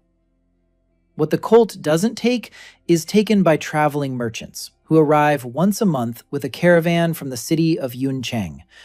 They buy for pennies. They sell in the city for full price. A classic scheme. Daniel had seen this in his past life. Small towns from which big dealers siphon off antiques for a pittance because the locals don't know the real prices. Then they sell them at auctions in New York for 10 times the price. It's the same here, only instead of antiques, it's spiritual resources, and instead of New York auctions, the floating cities of the great sects. Daniel found an empty shop on a side street, a small one room, a counter, shelves. The roof doesn't leak. The floor is dirt but even. The landlord lives next door, an old man with a cataract in his eye. He said the shop had been empty for 6 months. The previous tenant ran off without paying. The rent was 2 soul stones a month. Daniel said 1. The old man said 1.5. Daniel said 1, and he'd fixed the shutter that was hanging by a single hinge. The old man looked at the shutter, then at Daniel. He agreed. Daniel paid 2 months in advance, 2 soul stones, out of the 12 he'd earned. 10 left. He stood in the empty shop. Dust, cobwebs, the smell of dampness. Jun Yun-ho stood nearby. He asked what to do next. Daniel ran his finger along the counter, left a streak in the dust, smiled, said, "Han's shop, opening in 3 days." For 3 days, Daniel prepared the shop. Jung Yun-ho repaired the shutter, then the door, then the roof support that was barely holding on. Daniel swept the floor, wiped down the shelves, arranged the merchandise. 6 items. 3 spores of the 1,000 Dreams mushroom, 2 stones with spiritual metal, 1 root of the grass of dawn, properly dried and processed according to the instructions Daniel had traded for a fragment of mountain ox bone at the auction. Not much, but Daniel knew that a display case isn't a warehouse. A display case is an invitation. At auctions, the best lots aren't put out all at once. They put out 3. People look, they come, they ask, and then you pull out the 4th one. From under the counter, as if reluctantly. That 4th one always sells for more. He made the sign himself. A board from an old fence, burned in letters. Han's shop. Appraisal, exchange, consultation. Jung Yun-ho hung the board above the door. He stepped back. He looked at it. He said it looked cheap. Daniel said that cheap was a strategy. A fancy sign attracts the attention of cults. A shabby sign attracts customers who are looking for practicality, not glamour. The morning of the first day, the shop was open. Daniel stood behind the counter. Jung Yun-ho sat by the door, with a sword, just in case. No one came in for the first 2 hours. That's normal. Daniel waited. The first to enter was a boy of about 10, barefoot, dirty. He peeped inside. He saw stones on the shelves. He said it was rubbish and that he'd seen prettier stones. He ran off. The second to enter was a middle-aged man, dressed better than a peasant, a clean robe, a belt with a brass buckle. He looked at the merchandise. He asked what kind of shop this was. Daniel explained. Appraisal of items. If you have something and you don't know what it is or how much it's worth, bring it in. 10 seconds and I'll tell you. The man grunted. He asked how much the appraisal cost. Daniel said it was free. If the item is valuable and you want to sell it through me, I take a 10% commission. The man pulled a coin out of his pocket. An old one, tarnished. He said he'd found it in the garden. He thought it was copper, but he hadn't cleaned it, just in case. Daniel took the coin. 10 seconds. The card. A coin from the Six Pillars era, 400 years old. An alloy of copper and spiritual silver. Minimal spiritual value. High numismatic value. At the right auction, 5 to 8 soul stones. Daniel placed the coin on the counter. He said it wasn't copper. It was a 400-year-old coin made of an alloy with spiritual silver, worth at least 5 of the soul. The man stared at the coin, then at Daniel, then back at the coin. He asked how Daniel knew. Daniel said it was his job. The man was silent. Then he asked if Daniel could sell it. Daniel said he could. If the man left the coin with him for 3 days, he would find a buyer. 10% commission. The man agreed. He left. An hour later, he returned with a friend. The friend brought an old knife, not valuable, ordinary iron. Daniel told him honestly, just a knife, good quality, but of no particular value. The friend wasn't upset. He asked if he could bring more. Daniel said he should bring them. By the end of the first day, 11 people had visited the shop. 3 of them brought items for appraisal. 1 turned out to be valuable. An old box, wooden, carved, inside a false bottom. Beneath it, an empty space saturated with residual chi. The auctioneer identified the box as a pill container, handmade, about 120 years old. Old-school apothecaries used these. It was worth 10 to 15 soul stones. The woman who brought the box nearly fainted. She said she'd wanted to throw it away. Her grandfather had left it behind. She thought it was just a box. Daniel said it wasn't just that her grandfather had been an apothecary. The woman nodded. Yes, he was. A long time ago. The sect shut down the apothecary. Her grandfather was gone. Only junk remained. Daniel said it wasn't junk. It was a legacy. The woman began to cry. She left the box for sale. 3 days later, Daniel sold the coin and the box. He sold the coin through the auction. He traded it for a set of 5 basic alchemical tools. The set cost exactly 5 soul stones at the local market. He sold the set to a traveling merchant for 5 stones. He gave the man 4.5. He kept half a stone as commission. He sold the box differently, not through the auction, through a contact. At the fair, he met a traveling merchant named Gu Wei Lin. Fat, cunning, always sweaty, but honest as a traveling merchant can be. Gu Wei Lin bought rarities and took them to Yun Cheng. Daniel offered him the box. Described it. A pill container. Handmade. 120 years old. Old-style apothecary school. Gu Lin examined it, nodded, offered 7 soul stones. Daniel said 12. Gu Weilin said 9. Daniel said 11, and he would tell Gu Weilin about 3 villages where the peasants sit on treasures and don't know it. Gu Weilin was sweating. He thought. He agreed to 10 plus the information. Daniel took 10. He gave 9 to the woman, 1 for himself. He gave honest information, 3 villages, real finds. Gu Weilin left satisfied. He'll be back. Daniel knew that. At auctions, the best customer isn't the one who paid the most. It's the one who came back. The shop's second week. The flow was growing. 5 people a day. Then 7. Then 10. Not everyone brought in valuables, but everyone left with an answer. Daniel appraised honestly. He called junk, junk. Valuables, valuables. He didn't inflate prices to please them. He didn't undervalue items to buy cheaply. People sensed this. In a world where every merchant tries to cheat, a man who speaks the truth seems like a miracle. By the end of the second week, what Daniel had both hoped for and feared happened. A man in a red robe entered the shop.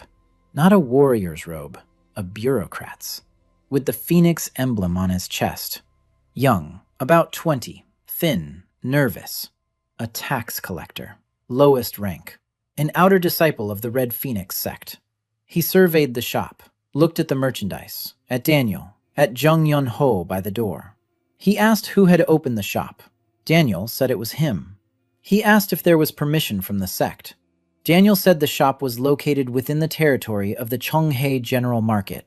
The General Market does not require permission from the sect, only payment of the trade tax. 1 soul stone per quarter. He had already paid the village headman. The collector frowned. He looked at the goods. He took a mushroom spore from the shelf. He turned it over.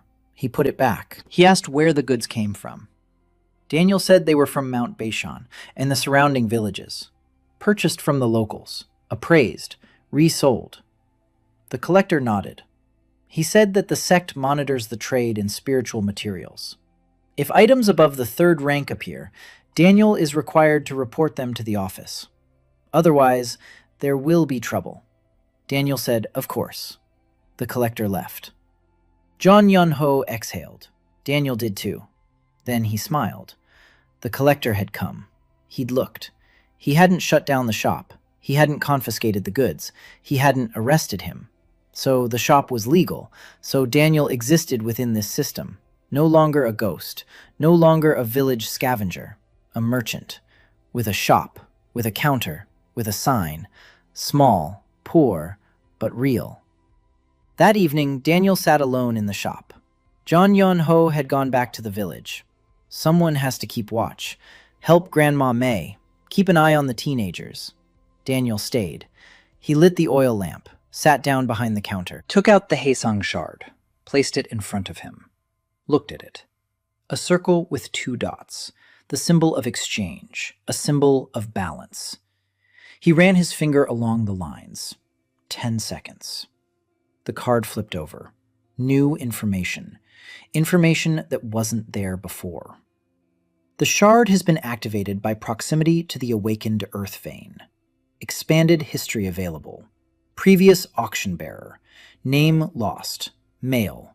Age at the time of death approximately 30. Occupation, traveling merchant. Killed 300 years ago. Place of death unknown. Cause of death, conflict with the leader of one of the 9 sects. No details found. Daniel put the shard back in his pocket. 300 years ago, a traveling merchant, killed by the head of a sect. And after that, the world began to die. The Earth's veins began to dry up. Chi was dwindling, because there was no one left to trade, no one left to redistribute. The auction lost its vessel and fell silent for 3 centuries, until it found Daniel in Seattle. He lay down on the shop floor. He closed his eyes. The oil lamp smoldered. Somewhere beyond the wall, people were laughing. The ordinary sounds of an ordinary town, Daniel thought. In a year, the letter of patronage would expire. By then, he needed to become useful enough that destroying him would cost more than keeping him. He needed Yuncheng. A big city, big money, big opportunities, and big enemies. Ho Ji Min had memorized his face. This was no empty threat. The golden fan was not one to forget. Daniel rolled onto his side. Tomorrow. Everything tomorrow. Today, he was a merchant with a stall, and that was enough for now. 6 weeks in Qinghe. Khan's stall was open every day except market days, when Daniel set up a mat by the mountain. 2 counters, 2 streams of customers. Money was coming in, slowly, but it was coming in. His stock of soulstones had grown to 30. Daniel spent nothing on himself. He ate the flatbreads that Grandma May sent through Pan. He slept on the shop floor. His clothes were the same, a patched-up robe, bandages on his legs. Chon Yon-ho said he looked like a beggar. Daniel said that a beggar who is trusted is better than a rich man who is feared. At the beginning of the 7th week, a girl entered the shop. Daniel looked up from the counter, and the first thing he noticed was a sword. Not at her waist, on her back, long, in a worn scabbard. The hilt was wrapped in cloth that had once been white, but had now turned gray from sweat and dust. The girl was thin, of average height, hair tied back in a ponytail, a weathered face, tanned, a scar on her right cheekbone. Thin, old, travel clothes, dusty, mended, 2 knives and a purse on her belt. The purse was thin. Her eyes were gray, cold, alert. They scanned the shop in a second, every corner, every shelf, every exit. The eyes of a person accustomed to assessing a room for hiding spots and potential attack vectors. She walked up to the counter, looked at the merchandise, then at Daniel. She asked if he was appraising the weapons. Daniel said he appraised everything. She paused. Then she reached behind her back. She pulled a sword from its sheath. A fragment. Half a blade. The edge was severed in the middle. The cut was jagged, not broken in battle. Chopped off on purpose, by someone very strong, with a single blow. She placed a fragment on the counter, gently, like putting a child in a crib. Daniel looked at the fragment, then at the girl, then back at the fragment. He picked it up. 10 seconds. The card unfolded. Daniel read it and felt a chill run down his spine. The blade of the White Crane. A paired family sword of the So clan. Forged 140 years ago by Master So Min-jun. High spiritual value. Combat value in current condition, 0. Emotional value, critical. An oath is bound to the item, an oath of protection, uttered by the sword's last owner, So-hyun, 23 years ago, at the moment of his death. The oath remains unfulfilled. Item status, relic. Restriction, cannot be traded, only converted. Daniel placed the shard on the counter. Slowly, carefully, he looked at the girl. She stood there waiting. Her face was still, but her hands were trembling slightly. Daniel said, "This isn't just a broken sword." The girl said she knew. Daniel said, "An oath is bound to it, an unfinished one." The girl turned pale. He asked who So-hyun was. The girl was silent for a long time. Then she said, "My father." Daniel nodded. He asked her name. So-yuna. Daniel asked how long she'd been carrying the shard with her. So-yuna said 7 years, ever since the day she took it from the field where her father died. She was 17. Daniel asked why she'd come here. So-yuna said she'd heard about a merchant in Qinghe who could see things. She'd gone to 6 blacksmiths. None of them would take it. They said the shard was cursed, that the dead man's curse poisoned the metal, that it needed to be melted down and forgotten. She can't remelt it, can't forget it, can't throw it away. She's carried it for 7 years. It cuts her hands, not with the blade, with memories. Daniel listened. He didn't interrupt. At auctions, there's a special category of clients. People who bring an item not to sell it, but so that someone will finally tell them what it means. They don't need money. They need recognition. Recognition that their pain is real and that the item they hold in their hands has meaning. Daniel said, "I can't repair this sword." So Yoon nodded. She knew. Daniel said, "But I can transform it." So Yuna looked up. Daniel explained, "The auction house can't trade a relic with an unfulfilled oath, but it can change its form. The sword will remain a sword in essence, but it will change its appearance. The oath will remain, but it will stop cutting." So Yuna asked how. Daniel said he needed time, a day, maybe 2. He had to find the right buyer. Not someone who would buy a fragment, but someone who would exchange a service. A master from another world who knew how to work with oaths. So Yuna asked how much it would cost. Daniel looked at her. He said nothing. So Yuna frowned. She asked why. Daniel said because it wasn't a commercial order. It was a return. The object was returning to its purpose. He wouldn't charge for it. So Yuna looked at him for a long time. Then she sat down on the floor by the counter. She crossed her legs. She placed her hands on her knees. She said she would wait. Daniel closed his eyes. He entered the auction, a dark plane, flickering dots.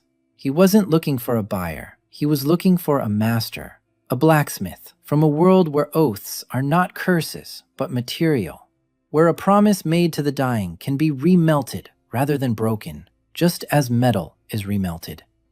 He found one, a master from the world of 1,000 hammers, a world where every blacksmith is a healer. They don't forge swords, they forge answers. You bring in what's broken, you take away what's whole. Not the same thing, something else, but the right one. Daniel formulated his request, a shard of a sword with an unfinished oath. The form must be transformed, the oath preserved, the pain removed. For So Yuna of the So clan, so she could carry the memory of her father without hurting herself. The master replied, "The cost.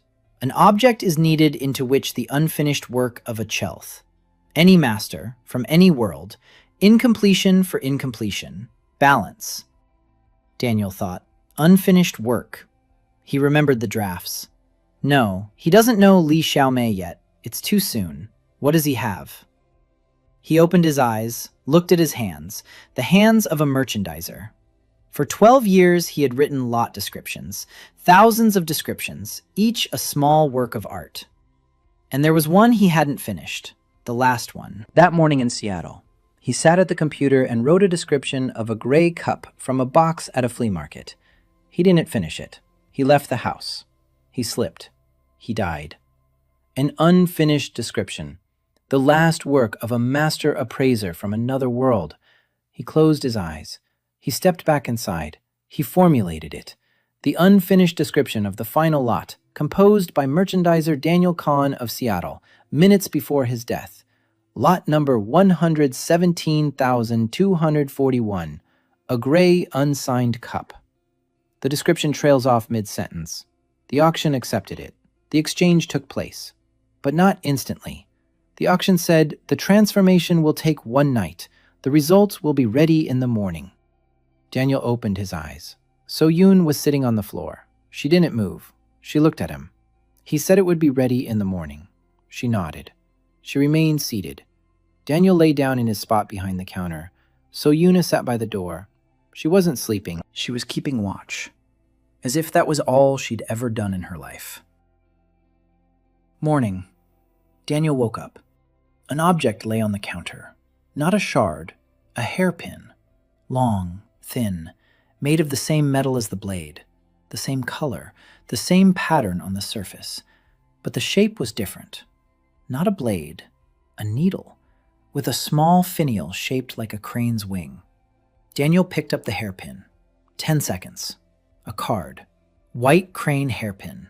Transformed from a fragment of the So clan's family sword.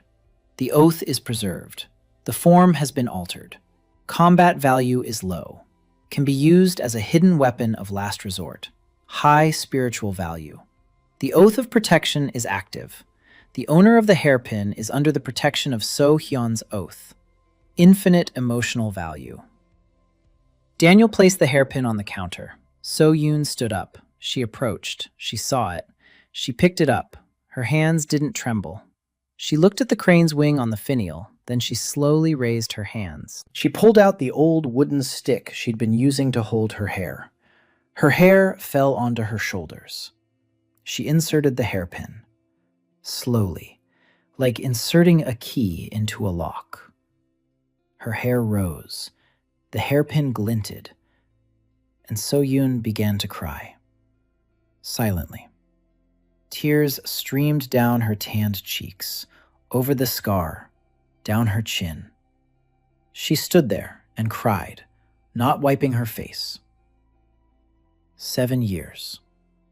For 7 years, she had worn a shard that cut into her hands. Now it lay in her hair and no longer cut. Her father was still with her. The oath was still alive. But it no longer hurt. Daniel turned away. He wiped down the counter.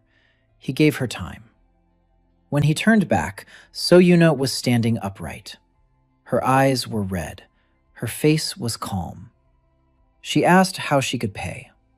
Daniel said he'd already told her. Nothing. So-Yuna shook her head. She said a debt is a debt. She's a mercenary. She knows how to do one thing. Fight. If he ever needs a sword, he knows where to look. Daniel said he'd remember. So-Yuna turned toward the door. She stopped. She asked without looking back. How did he know about the oath? None of the 6 blacksmiths had seen it. Daniel answered quietly. Because I'm not a blacksmith. I'm a merchant. A blacksmith sees metal. I see history. So Yuna left.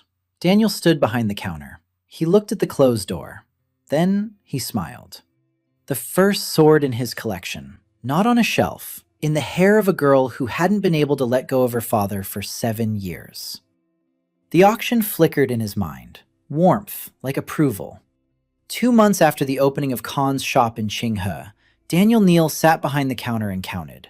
47 soulstones. 11 regular customers, 3 villages that regularly brought items in for appraisal. 1 traveling merchant, Gu Wei Lin, who came once every 2 weeks and bought up everything Daniel had set aside for resale in Yuncheng. The flow was growing, but Daniel knew that Qinghe was the ceiling. A small settlement, few people, little money, few opportunities.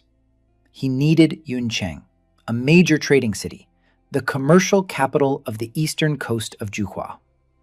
Gu Wei Lin would talk about it in the evenings over tea. 100,000 residents, 12 markets, 4 auction houses, 3 sects have official representatives there, pharmacies, forges, craft schools, and most importantly, the 8 Winds auction, the continent's largest trading venue, held once a year. It brings together the elders of all 9 sects. Fates are decided there. Fortunes are made there. There, in a single evening, you can go from being a nobody to someone whose name is spoken in whispers. Daniel decided to go, but not alone. In the morning, he closed the shop. He hung up a sign. Back in 10 days. He went to the village of Quiet Springs. Grandma May greeted him with flatbreads, hot ones. Her granddaughter ran to meet him and clung to his leg. In 2 months, the girl had grown stronger. Her cheeks were round. Her eyes sparkled. She ran around the village like a wind-up toy. The village had changed. The white millet field rose waist-high. The grains were heavy. 2 weeks until harvest. The mountainside had been combed through by teenagers, crisscrossing it. Peng had become the senior harvester. He now had 2 assistants from the neighboring village. They walked together. They brought sacks. Daniel assesses the situation once a week when he visits. Chon Yun-ho meditated every day. The chi is stable. He felt the vein beneath the village like his own pulse. The vein was awakening, slowly but surely. The land around the village had changed. The grass was greener. The trees were taller. Even the chickens had stopped being mean. They had gained weight. They were laying eggs. A small miracle. Quiet. Invisible to the world. But for the 20 households, it was like dawn after an endless night. Daniel gathered everyone in the evening around Grandma May's hearth. Chung Yun-ho, Peng, Yun Bo-hai, Grandma May. He said he was leaving for Yun Chung on a reconnaissance mission. He needed to find a place for a new shop. He needed to understand the city, understand who trades there, who buys, who makes the decisions. Yun Bo-hai asked how long he'd be gone. Daniel said a week, maybe 2. The shop in Qinghe would stay open. Zheng Yunho would keep an eye on the village. Peng would continue gathering supplies. Grandma May said he was sticking his neck out again where he could get killed. Daniel said people get killed less often in Yuncheng than in the villages. There are too many witnesses there. Grandma May snorted, but she put 3 flatbreads and a small bag of dried herbs for colds into his sack. In the morning, Daniel set out on the road, alone, a sack on his back. In the sack were 20 soul stones, 5 valuable items for sale, the Hushan shard tucked under his arm, and one thing he'd grabbed at the last minute, a small clay figurine of a bird, rough, crooked, molded by a child's hands. Grandma May's granddaughter had given it to him before he left. She said it was for good luck. Daniel appraised the figurine. Spiritual value, 0. Emotional value, low. The child had been molding it for 5 minutes. But the figurine was warm, and Daniel put it in his pocket instead of his bag. The journey to Yuncheng took 3 days, over a mountain pass, across the plain, past 2 villages, past a caravan of 6 wagons. Daniel walked and watched. He counted. The road was bad. Rocks, potholes, rickety bridges, but trade was going on. Wagons were moving. People were walking. Where people walk, there is demand. On the 2nd day of the journey, So Yuna caught up with him. He heard footsteps behind him, quick, light. He turned around. She was walking behind him. A hairpin glinted in her hair, a new scabbard on her back. Not empty. She had found or bought a new sword somewhere. Not her father's. A working sword. Daniel stopped. He asked why she was here. So Yuna said she had heard in Qinghe that the merchant had closed his shop and gone to Yuncheng. It's dangerous to travel alone. Daniel said he hadn't asked her to come. So Yuna said she hadn't asked his permission. They looked at each other. Then Daniel shrugged. He kept walking. So Yuna walked beside him, silently. She rarely spoke at all, but her presence was like a wall behind him, reliable, solid. Daniel wasn't used to this. In his past life, he had always been alone. Alone in the office, alone at auctions, alone in an apartment with boxes of other people's belongings. Here, walking beside him was a person who had chosen to be there. Not for money, not by contract, by choice. Yuncheng came into view on the 3rd day, from over the hill. First, the sound, a hum, like from a beehive. Then the smell, smoke and food and sweat and incense and manure and flowers, all together. Then the walls, tall, stone, gray with red gates, towers at the corners, flags of the 3 sects, the Scarlet Phoenix, the Azure Lotus Abode, the Jade Claw Sect. The 3 largest. Each has its own quarter, its own rules, its own people. Daniel and So Yuna entered through the eastern gate. The guard glanced at them briefly, didn't stop them. 2 poor people. There are thousands like them here. The city swallowed them up instantly. The streets are wide. There are so many people that for the first minute, Daniel just stood and watched. In Xie, he'd been to flea markets with 1,000 vendors. Here, the scale was different. Not 1,000, 10,000. Stalls in 3 rows, counters on every corner, goods ranging from turnips to flying swords. Cultivators in silk robes walked past peasants in rags. A world in miniature.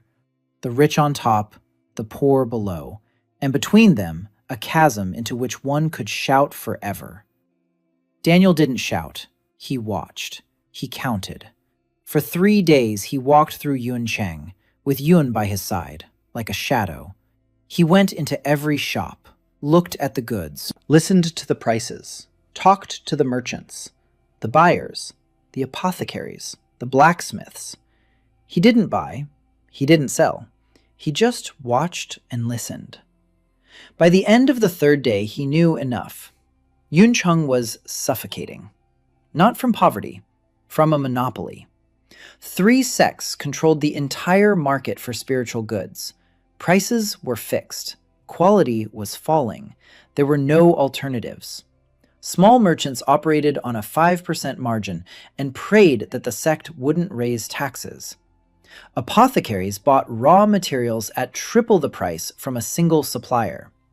Blacksmiths stood idle because the sects import weapons from their own forges at a lower cost.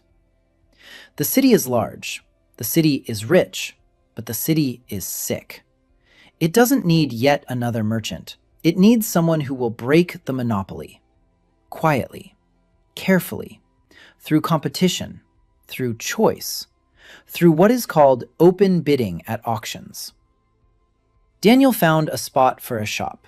Not in the commercial district. It's expensive and dangerous. In the artisan quarter, a quiet street, workshops, a dye house, a pottery shop, a carpenter shop, and one empty room between the dye shop and the tea house. A former pharmacy. The owner died. No heirs. The building belongs to the city council. Rent is 4 soul stones a month. Daniel paid 3 months in advance. 12 stones. More than he'd spent in all his time in Qinghe. But Yun En, that's a different game. Different stakes. Different prizes. She stood with Yun in the empty room. She looked at the dusty shelves, at the peeling walls, at the hole in the roof. She said she'd seen rat holes that were cozier. Daniel smiled. He said that in a month, she wouldn't recognize the place. The first week in Yunchen was spent renovating. Daniel patched the roof, so Yuna hauled boards. They hired a local boy for 2 pennies a day to sweep the floors and fetch water. The shop was taking shape. Not opulent, not gleaming. Clean, neat. The shelves were even. The counter was scrubbed white. The sign was the same. Khan's shop, appraisal, exchange, consultation. So-Yun hung it above the door. She stepped back. She said there were 300 shops like this in the city. Daniel said there wasn't a single one like it. In the second week, he started trading. Not in goods, in a service. He stood at the shop door in the morning. When craftsmen from neighboring workshops passed by, he greeted them. He said he was opening an appraisal shop. If anyone had old things, mysterious finds, or heirlooms from their grandparents, they should bring them in. Appraisals were free. The craftsmen glanced at him. Some nodded. Most walked right past. That's normal, Qinghe told himself. The same first empty days, the same skeptical looks, the same slow start. The first customer came on the 3rd day. A dyer from a neighboring workshop. An old man. His hands were blue up to his elbows from the dye. He brought a wooden box, a small one, with a secret lock. He hadn't been able to open it for 30 years. He'd inherited it from his father. Daniel took it. 10 seconds.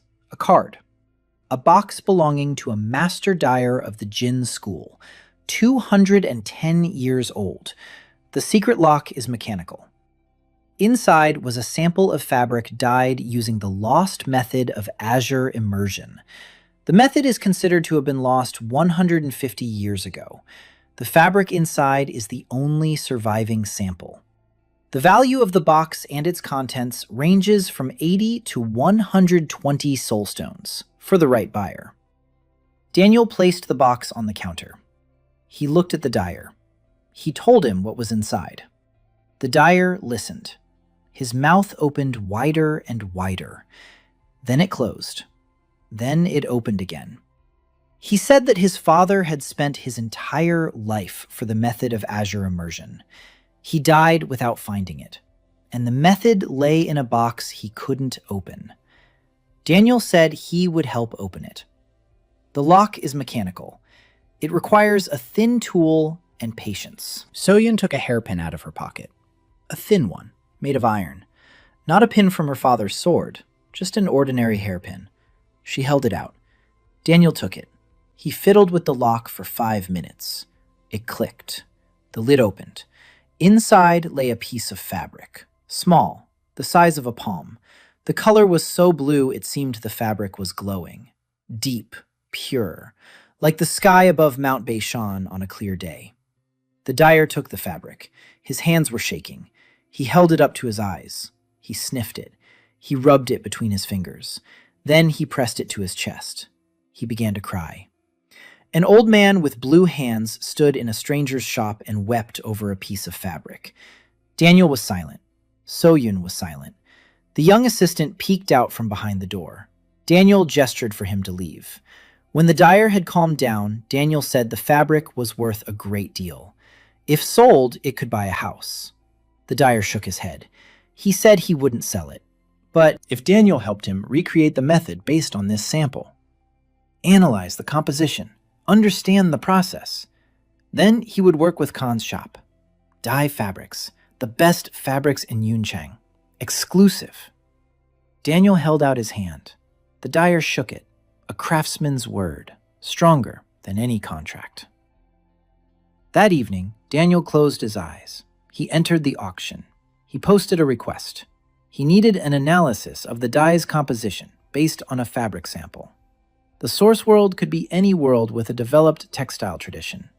Payment: 1 appraisal service for an item from the buyer's world. An analyst from the Silk Road's world was found. The exchange took a minute. A small scroll with the dye formula lay in Daniel's palm. 14 ingredients. 8 of them are available on the Juhua continent. 6 will need to be found or substituted. But the foundation is there. The dyer would get his method.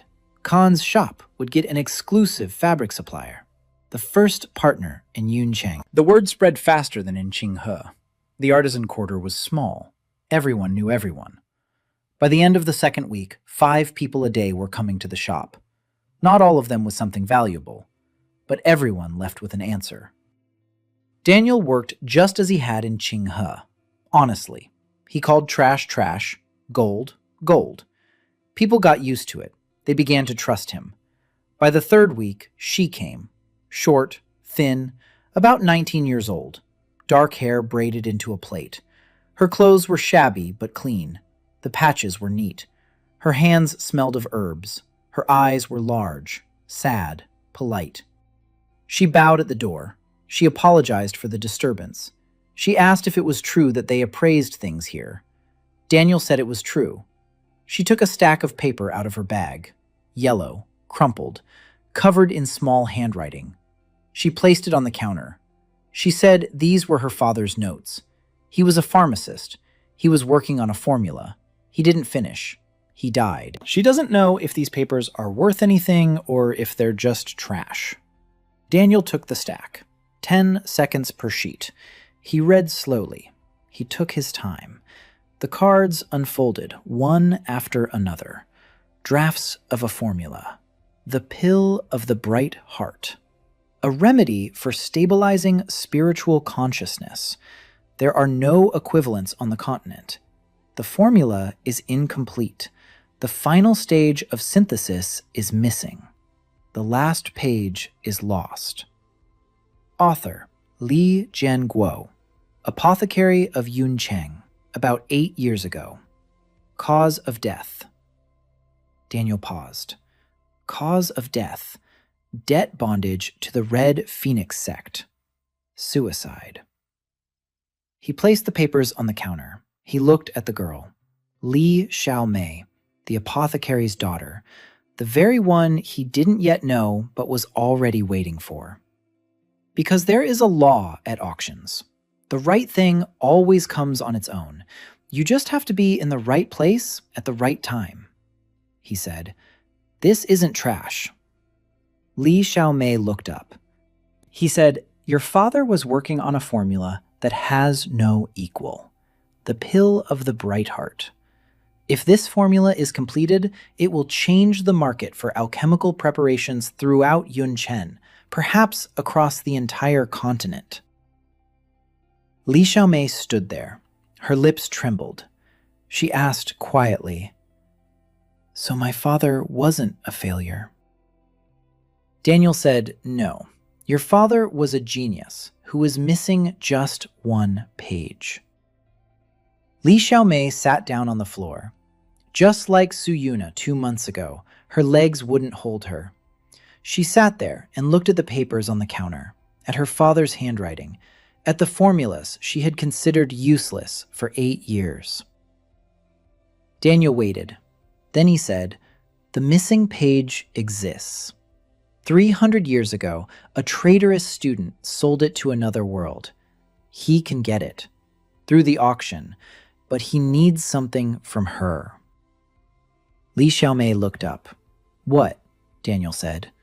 "A job. If he gets the page, she'll finish the recipe, and she'll become the chief alchemist of Han's shop." Li Xiaomei looked at him. Then she stood up. She bowed, low, lower than Zhang Yanho, to the floor. She said one word, "Yes." That evening, Daniel entered the auction.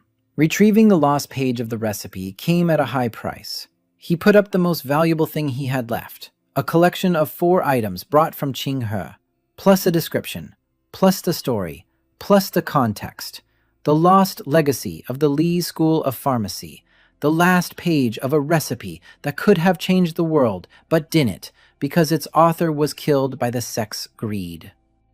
A buyer from the world of 1,000 sorrows. Them again. A world that pays for grief, for injustice, for what was lost. The exchange took place. A rolled-up sheet lay in the palm of his hand. Yellow, old, the same handwriting, the same paper, the final stage of synthesizing the Bright Heart pill. In the morning, Daniel placed the sheet on the counter, next to the other papers. Li Xiaomei arrived early. She saw it, unfolded it, read it. Her hands were shaking. Then they stopped. Her eyes changed. Not sad, sharp, focused. She raised her head, said she needed a lab, ingredients, an oven, utensils. Daniel said it would happen, not today, but it would. Li Xiaomei nodded, rolled up the papers, put them in her bag, pressed them to her chest, and smiled for the first time. A small, quiet smile, but genuine. The 4th month. Han's shop in Yuncheng was open every day. Li Xiaomei took over the back room, turned it into a laboratory, an oven, cauldrons, mortars, scales. Daniel procured ingredients for her through the auction, one at a time, carefully, without drawing attention. Xiaomei worked from morning till night, quiet, focused. Sometimes she forgot to eat. Su Yuna would bring her rice and silently set it on the edge of the table. Xiaomei ate without looking, with one hand. With the other, she stirred the brew in the cauldron. So Yuna would shake her head and leave.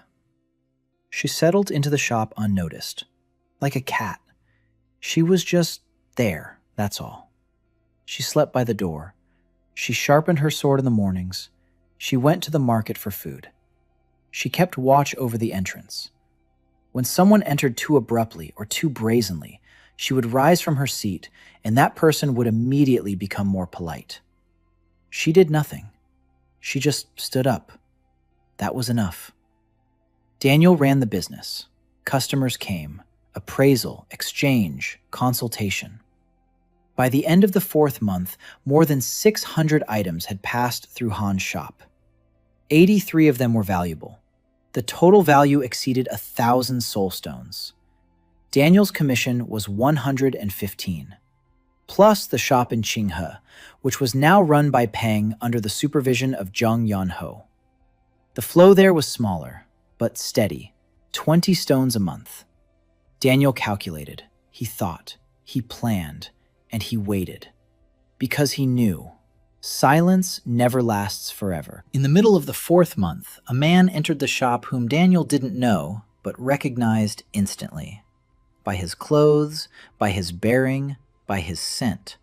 A red silk robe, not an official's, a warrior's. a delicate phoenix embroidery on the right shoulder, a sword at his belt, a young face, but old eyes, a disciple of the Scarlet Phoenix sect, not an outer disciple, an inner one, higher rank, more dangerous.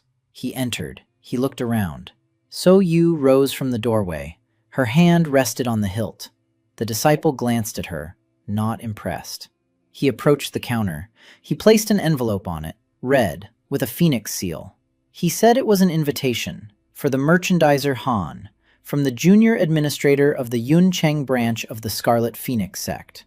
Dinner, tomorrow evening, at the Golden Carp restaurant. Refusal is not welcome. He turned around, left. Yu watched him go, her hand still on the hilt. Daniel opened the envelope, read it. The invitation was written in beautiful handwriting. Polite, even warm. But between the lines, something else was written. We know who you are. We know what you're doing. We want to talk. Refusal means war. Daniel placed the invitation on the counter. He sat down. He thought. The Red Phoenix sect. Ho Jimin. The Golden Fan had recognized his face 3 months ago in the village, and now they'd found him. The question was what they wanted. If they wanted to kill him, why invite him to dinner? It would be easier to send an assassin at night. So it's not to kill. So it's something else. So it's a deal. Daniel smiled. Bargaining is his territory. Dinner at the Golden Carp restaurant. Daniel arrived in a patched robe, with Su Yun behind him. The doorman at the entrance looked at them as if they were cockroaches, but he let them in. An invitation bearing the Phoenix seal opens any door. The hall was large, beautiful, silk curtains, lacquered tables, the smell of roasted meat and sandalwood. A man was sitting at a table in the back, about 40 years old, overweight, well-groomed, soft hands, clean nails. Not a fighter, a bureaucrat. A smile like butter, greasy and slippery. The junior administrator of the Yuncheng office. His name was Wen Tian. He stood up. He bowed, not deeply, just enough to show politeness but not respect. He invited him to sit down. Daniel sat down. So Yun stood behind him. She didn't sit down. Wen Tian glanced at her. He smiled wider. He ordered food. A lot. Meat, fish, rice, vegetables, tea, wine. Daniel ate, calmly, without rushing. At auctions, the first rule of dinner with a competitor is eat their food, drink their wine, don't rush to speak, let them start. Wen Tian began, after his 3rd cup of wine. He said that the Scarlet Phoenix sect was watching Khan's shop with interest. In 4 months, Khan, a merchandiser, had built a business from scratch at 2 locations. That was impressive, especially for a man without cultivation. No connections, no patronage. Daniel said he had patronage, a letter of recommendation from the Azure Lotus Abode. Wen Tian smiled. He said the letter protected the village, not a shop in Yuncheng. In Yunchen, different rules apply. Daniel nodded. He asked what exactly the sect wanted. Wen Tian took a sip of wine. He said the sect wanted a partnership.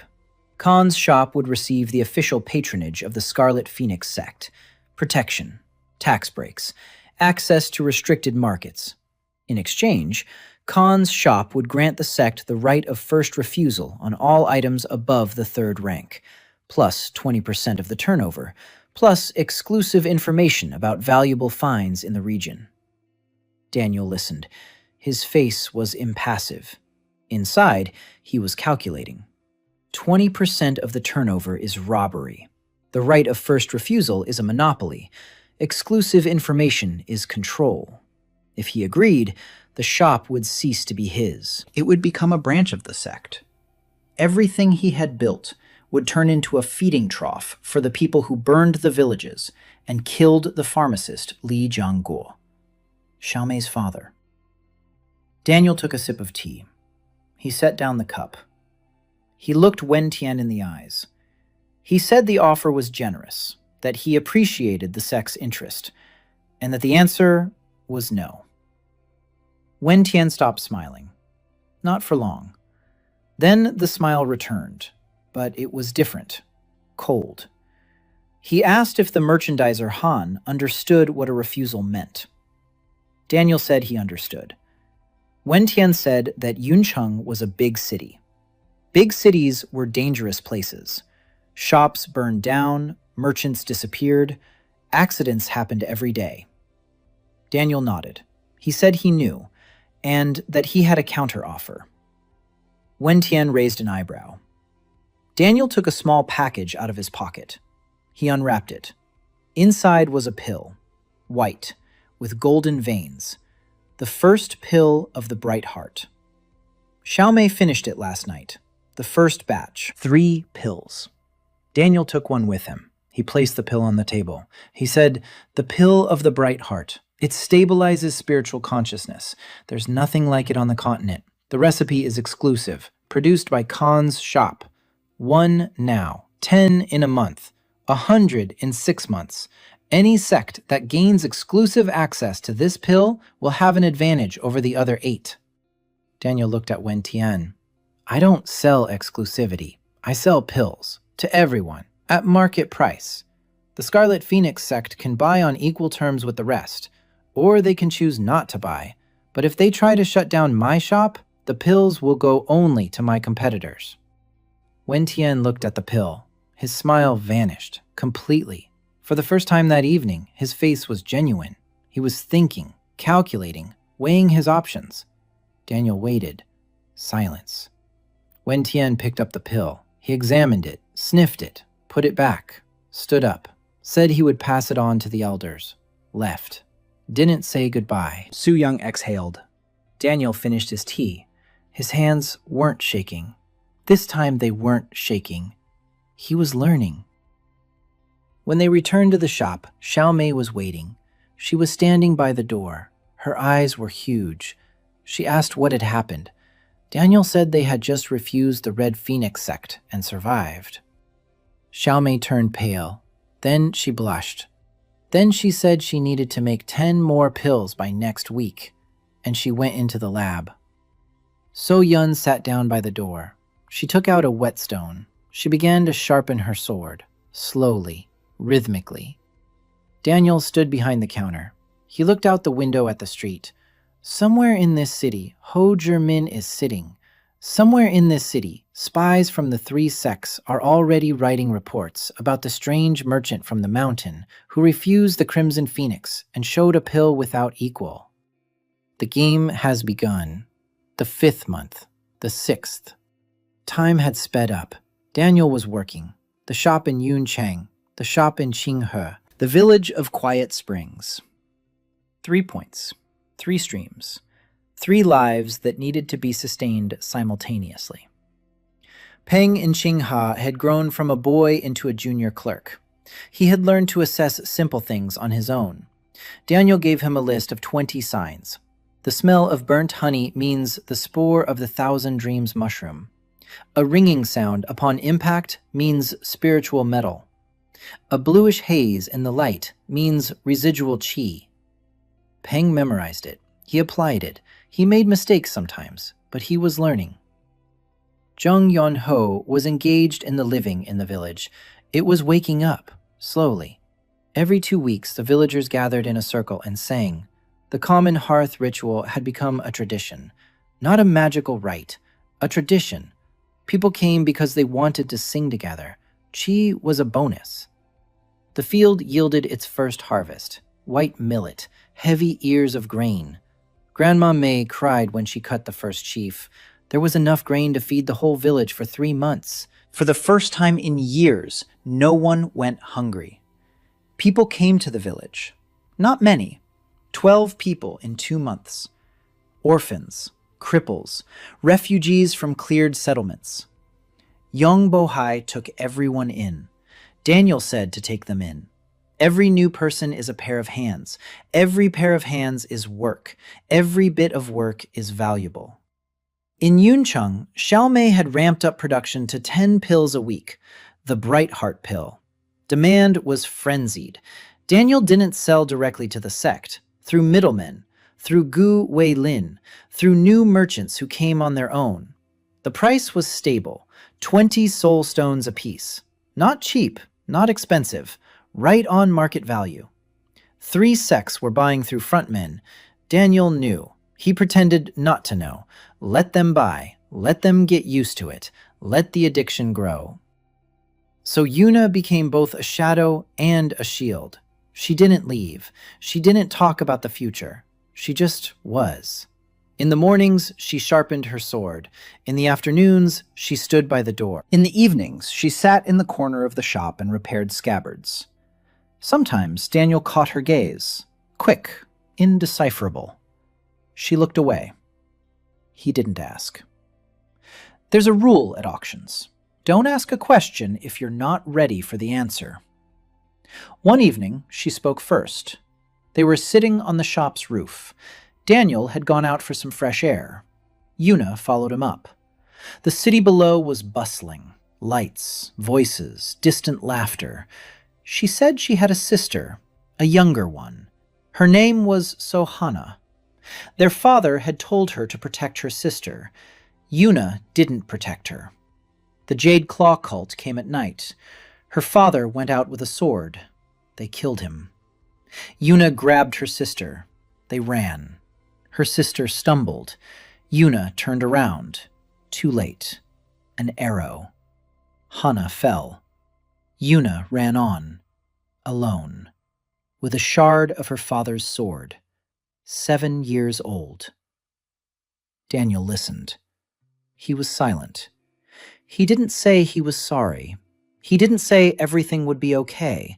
At auctions, when someone tells the story of an item they've brought in, you don't offer comfort. You listen. Because sometimes a person doesn't need an answer. They need a listening ear. Yuna fell silent. She sat there. The wind ruffled her hair. The hairpin glinted. Her father's vow in her hair. Protect your sister. Unfinished. Forever unfinished. But now it didn't cut. Daniel said one thing. It's not your fault. Yuna didn't answer, but her shoulders dropped slightly, as if heavy had become a little lighter. The next day, there was an assassination attempt. Morning. Daniel was walking from the well to the bench, carrying water. An alley, a shadow, movement. He didn't have time to react. A blade flashed at his throat. So Yuna was faster. She appeared between him and the shadow, as if she had sprung from the ground. The clang of steel, a spark. The attacker flew back against the wall. Black clothing, a mask, a knife, not a sword. An assassin, not a warrior. So Yuna stepped forward. The assassin leaped onto the roof, disappeared. 3 seconds. It all took 3 seconds. Daniel stood with a bucket of water in his hands. Water spilled out. His hands were wet. His knees were wet. His heart was pounding. So Yuna turned to him. She asked if he was okay. He nodded. She looked at the roof where the assassin had vanished. Her eyes were cold, professional. She said it was a mercenary, mid-level, not directly from the cult. Someone hired him. Daniel set down the bucket. Sat on the ground, right in the alley, he thought. They want to kill him, or scare him. More likely scare him. A mid-level mercenary for mid-level pay. A test, to see how he'd react, run or stay. Daniel stood up, picked up the bucket, walked into the shop. He didn't run. That evening he closed his eyes. He entered the auction. He needed protection. Not a sword. Not a wall, not an army. Something else. Something that would make killing him unprofitable for everyone, he thought. He remembered. In a past life, an antique dealer from Brooklyn worked in a dangerous neighborhood. He was robbed 3 times. The 4th time, he kept it simple. He hung photos of his best clients on the wall.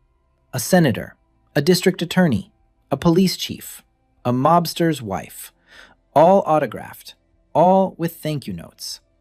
They stopped robbing him. Not because he had security, because his death would be a problem for too many people.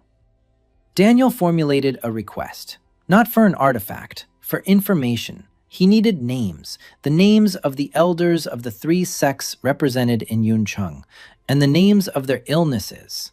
The auction house refused. A restriction. The auction house doesn't trade in other people's secrets. But, Daniel rephrased it, he wasn't asking for secrets. He was asking for public information about the health of public figures. In any world with advanced medicine, the health of leaders is a topic of discussion. The auction flickered. It responded. 3 names, 3 illnesses, not secrets, symptoms visible to any experienced physician. The elder of the Yunchen branch of the Scarlet Phoenix. Chronic exhaustion of the qi channels in the left hand. He hides it, but an experienced eye will notice how he always holds the fan in his right hand. The elder of the Azure Lotus Abodes delegation. Impaired qi circulation in the heart area. Shortness of breath when climbing stairs. Hides it behind a slow, stately gait. The elder of the Jade Claw branch. Degeneration of spiritual vision. Squints. Sits closer to the person he's talking to than is customary. Blames it on habit. 3 illnesses. 3 people who hide their weakness. And Daniel has Li Xiaomei, who can make not only the Bright Heart pill, who can make a personalized remedy for everyone. In the morning, Daniel wrote 3 letters. Polite, brief, to each elder personally, not through intermediaries. Through Gu Weilin, who knew all the couriers in the city. Each letter contained a single line. Dear Elder, I have heard that your left arm is troubling you, or your heart, or your eyesight. Please come to Khan's shop. The consultation is free. Sincerely, Khan. 2 days later, the first one arrived. Elder Jade Claw. A man in his 70s, tall, skinny, squinting. He sat down at the counter. He looked at Daniel. He asked how he knew about eyes. Daniel said that was his job, to see what others cannot see. The elder was silent. Then he nodded. A week later, all 3 came. Xiaomei prepared an individual treatment plan for each of them. 3 sets of pills, 3 prescriptions, 3 secrets that became bonds. Now, the 3 elders of the 3 sects have a personal stake in ensuring that Khan's shop continues to operate. Because only Xiaomei prepares their medicines. Because only Daniel knows their weaknesses, and because Daniel has never once used that knowledge as a threat, only as a help. There were no more assassination attempts. Year 1, the 8 Winds Auction, the largest trading hall on the Zhuhua continent. A round white stone building atop Trade Peak in the center of Yuncheng. The dome is painted with frescoes. 9 phoenixes, 9 lotuses, 9 claws, 9 of everything. The hall held 500 people. Today, it was full. Elders of the 9 sects, their disciples, merchants, apothecaries, blacksmiths, collectors. And in the 3rd row on the right, a quiet man in a patched robe. Next to him, a girl with a hairpin. Behind him, a quiet girl with a bag smelling of herbs. To the left, a woman with an account book under her arm. Catherine Park. Daniel had met her 2 months ago. She was standing behind the counter of a tea shop in the slums of Yuncheng, selling fake tea to tourists. Daniel walked in, ordered tea, took a sip, set the cup down. He said in English, "This isn't Lunjing. It's just regular green tea, dyed with moon tree bark powder." Catherine dropped the teapot. She hadn't heard English spoken in 3 years. For 3 years, she'd survived alone in a foreign world. Without a system. Without auction. Without anything. Just her head. Just the language she'd learned in 6 months. Just the cynicism she'd built up like armor. She hit him, with her fist, in the jaw. Then she hugged him. Then she cried for half an hour. Daniel sat there and held her, silently. Su Yun stood by the door and didn't understand a word, but she understood everything. Catherine told her story, The fire at the coffee shop on Broadway. Darkness, light. She woke up in a ditch in Yuncheng. 3 years, not a single familiar face, not a single word in a language that belonged to her and not to this world. She survived. She attached herself to the smugglers, then to the merchants. She learned to count. She learned to cheat. She learned not to trust. Daniel said he needed someone who knew Yuncheng from the inside, someone who knew how the underground worked, someone who could keep the books and not go crazy over the local counting system. Catherine said that she was expensive. Daniel pulled a small bundle out of his pocket. He unwrapped it. Inside were coffee beans, real ones, from Yemen, traded at the auction for a description of the taste of espresso from Daniel's memory. Catherine took a bean. She sniffed it. She closed her eyes. Her expression changed. The cynicism was gone. For a second, she was once again the student from New York who brewed coffee in the mornings and wrote a dissertation on cultural exchange practices. She opened her eyes. She asked when we were starting. Now Catherine was sitting in the 8 Winds auction hall with an account book containing the contracts. 3 contracts with 3 sects for the supply of the Lightheart pill, 2 contracts with independent trading houses, 1 contract with Gu Wei Lin for exclusive distribution in the eastern provinces. Emma Song sat next to Catherine. Daniel had met her a week ago. She had come to the shop on her own, a former inner disciple of the Azure Lotus Monastery, expelled for heresy. She had tried to prove to the elders that cultivation through exchange yields purer qi than cultivation through absorption. They laughed at her. They expelled her. She wandered from city to city. She wrote scrolls. She handed them out on the streets. They thought she was crazy. Then she heard about Khan's shop, about the merchant who exchanges things between worlds, who doesn't take but gives. She came. She saw how Daniel worked, how he closed his eyes, how the auction flickered in his mind, how objects came and went, equally, without violence, without theft. She sat down on the floor in the middle of the shop, right on the dirt floor. She said quietly, "So it all exists." Daniel didn't understand at first. Then he understood. All her life she had been proving in theory what he did practically every day. Exchange. Not war, not absorption. Exchange as the foundation. She had found her proof. Alive, in a patched-up robe, behind the counter. Emma brought a scroll. The theory of cultivation through equivalent exchange, the foundations of the Heshan civilization as interpreted by the modern school. Daniel read it. He didn't understand half the terms, but he grasped the essence. The world is dying not because there is little qi. The world is dying because qi does not flow. Sects hoard it. They lock it away. They hide it. Qi is like water. If it doesn't flow, it rots. Exchange is movement. Movement is life. Daniel knew this intuitively. Emma knew it in theory. Together, they knew it completely. Now, all 5 of them were sitting in the hall of the 8 Winds auction. Yuna with her hairpin, Xiaomei with her herbs, Catherine with her accounting, Emma with her scroll, and Daniel. The bidding was underway. Lots were being put up. Artifacts, pills, ores, scrolls with techniques. The elders of the 9 sects were bargaining, quietly, ruthlessly. Every lot was a battle. Every price was a weapon. Daniel watched, learned, waited. Then they brought it out. Lot number 47, a fragment of a blade, old, rusty, unidentified. The auctioneer announced, presumably from the 6 Pillars era, metal unknown, history of ownership unestablished, starting price 20 soul stones.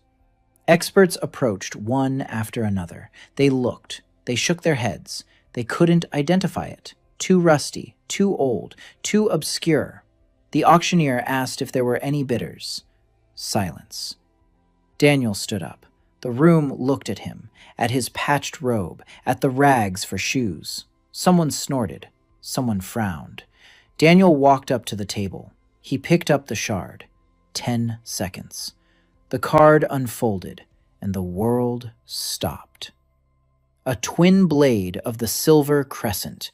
The other half is lost, 300 years old, belonged to General Zhao Feng, accused of treason by the Jasper Mountain sect, executed. The sword was cut in half. One half is here, the other. Daniel looked up. He scanned the room. 3rd row, 7th seat. A young woman, about 25, plain clothes, a pendant on a thin chain around her neck. A pendant made of dark metal in the shape of a crescent moon. Daniel placed the fragment on the table. He turned to the hall. He said, "This is not a sword." The hall fell silent. "This is half a sword. The other half is with the girl in the 3rd row, 7th seat.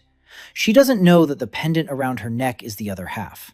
Her grandmother melted the shard into a pendant 40 years ago to hide it from the sect that killed her husband. General Zhao Feng did not betray the Jade Mountain sect. He protected it. The proof is in the metal. If the halves are joined, an engraving will appear, an order from the sect leader regarding a secret mission. Zhao Feng was not a traitor, but a secret protector, and he was executed by those he protected." Silence. Absolute.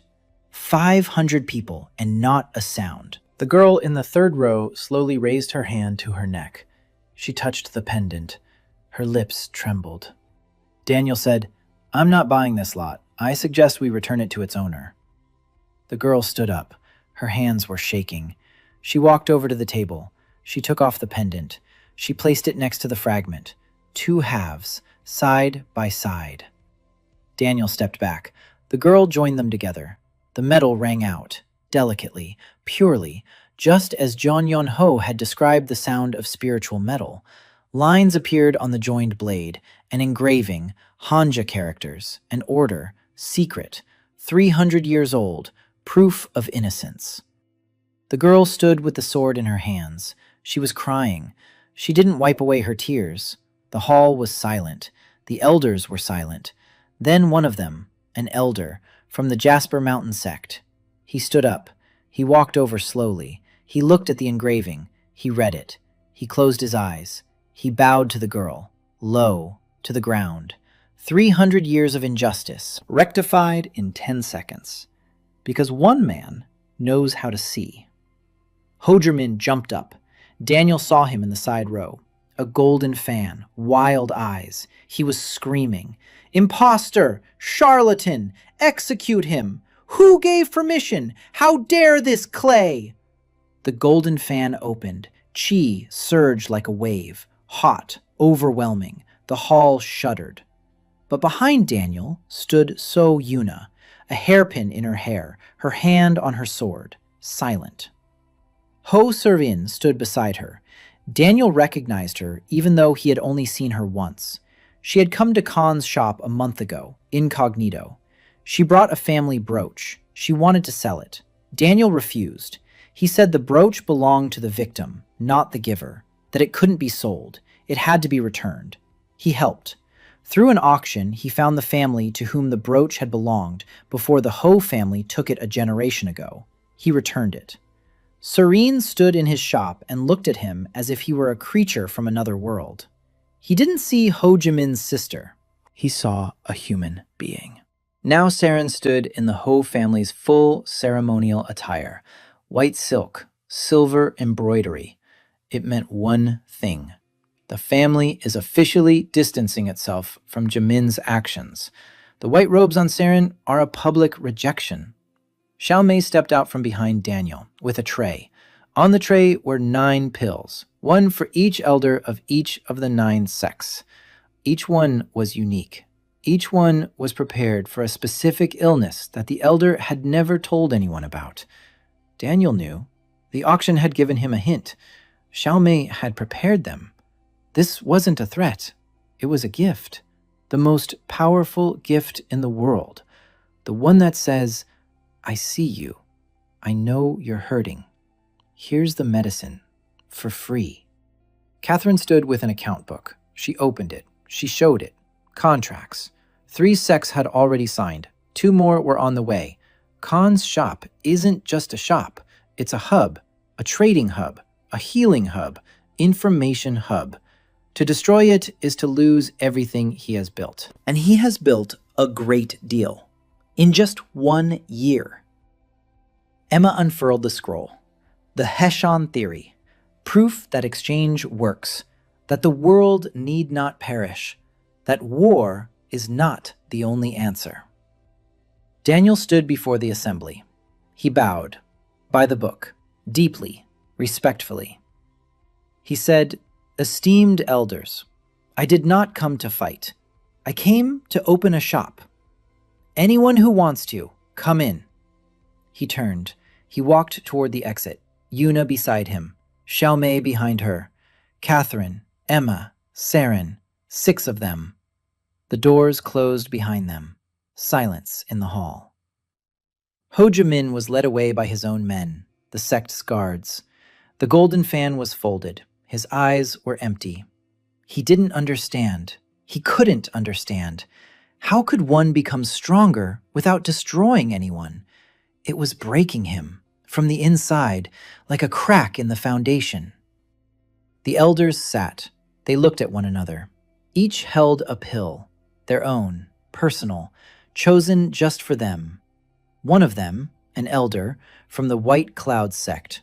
He turned to his neighbor, asked quietly, what time was his opening tomorrow? The next morning. Daniel stood in front of Han's shop in Yuncheng, Yuna on his right, Xiaomei on his left. Catherine behind the counter was already counting. Emma was in the corner writing a new scroll. Zheng Yunho had arrived from the village during the night. He stood by the door, upright, calm. Grandma May had sent a bag of flatbreads and a note. "Danny, don't forget to eat." Daniel put the note in his pocket, next to the clay bird his granddaughter had molded. He took out the Hushan shard. He looked at it. A circle with 2 dots. Exchange. Balance. Somewhere in the mountains sits a blind old man who knows the truth. Daniel will find him. Later. Right now, something else. Right now, the door is open. The counter is clean. The tea is brewed. The first customer is already walking down the street. Daniel smiled. That very smile. Warm, slightly guilty, disarming. 12 years of auctions, 1 death, 1 rebirth. 1 year in a world that is dying, and 1 shop that heals it. 1 item at a time, 1 person at a time, 1 story at a time. He straightened the sign. Khan's shop. Appraisal, exchange, consultation. Open.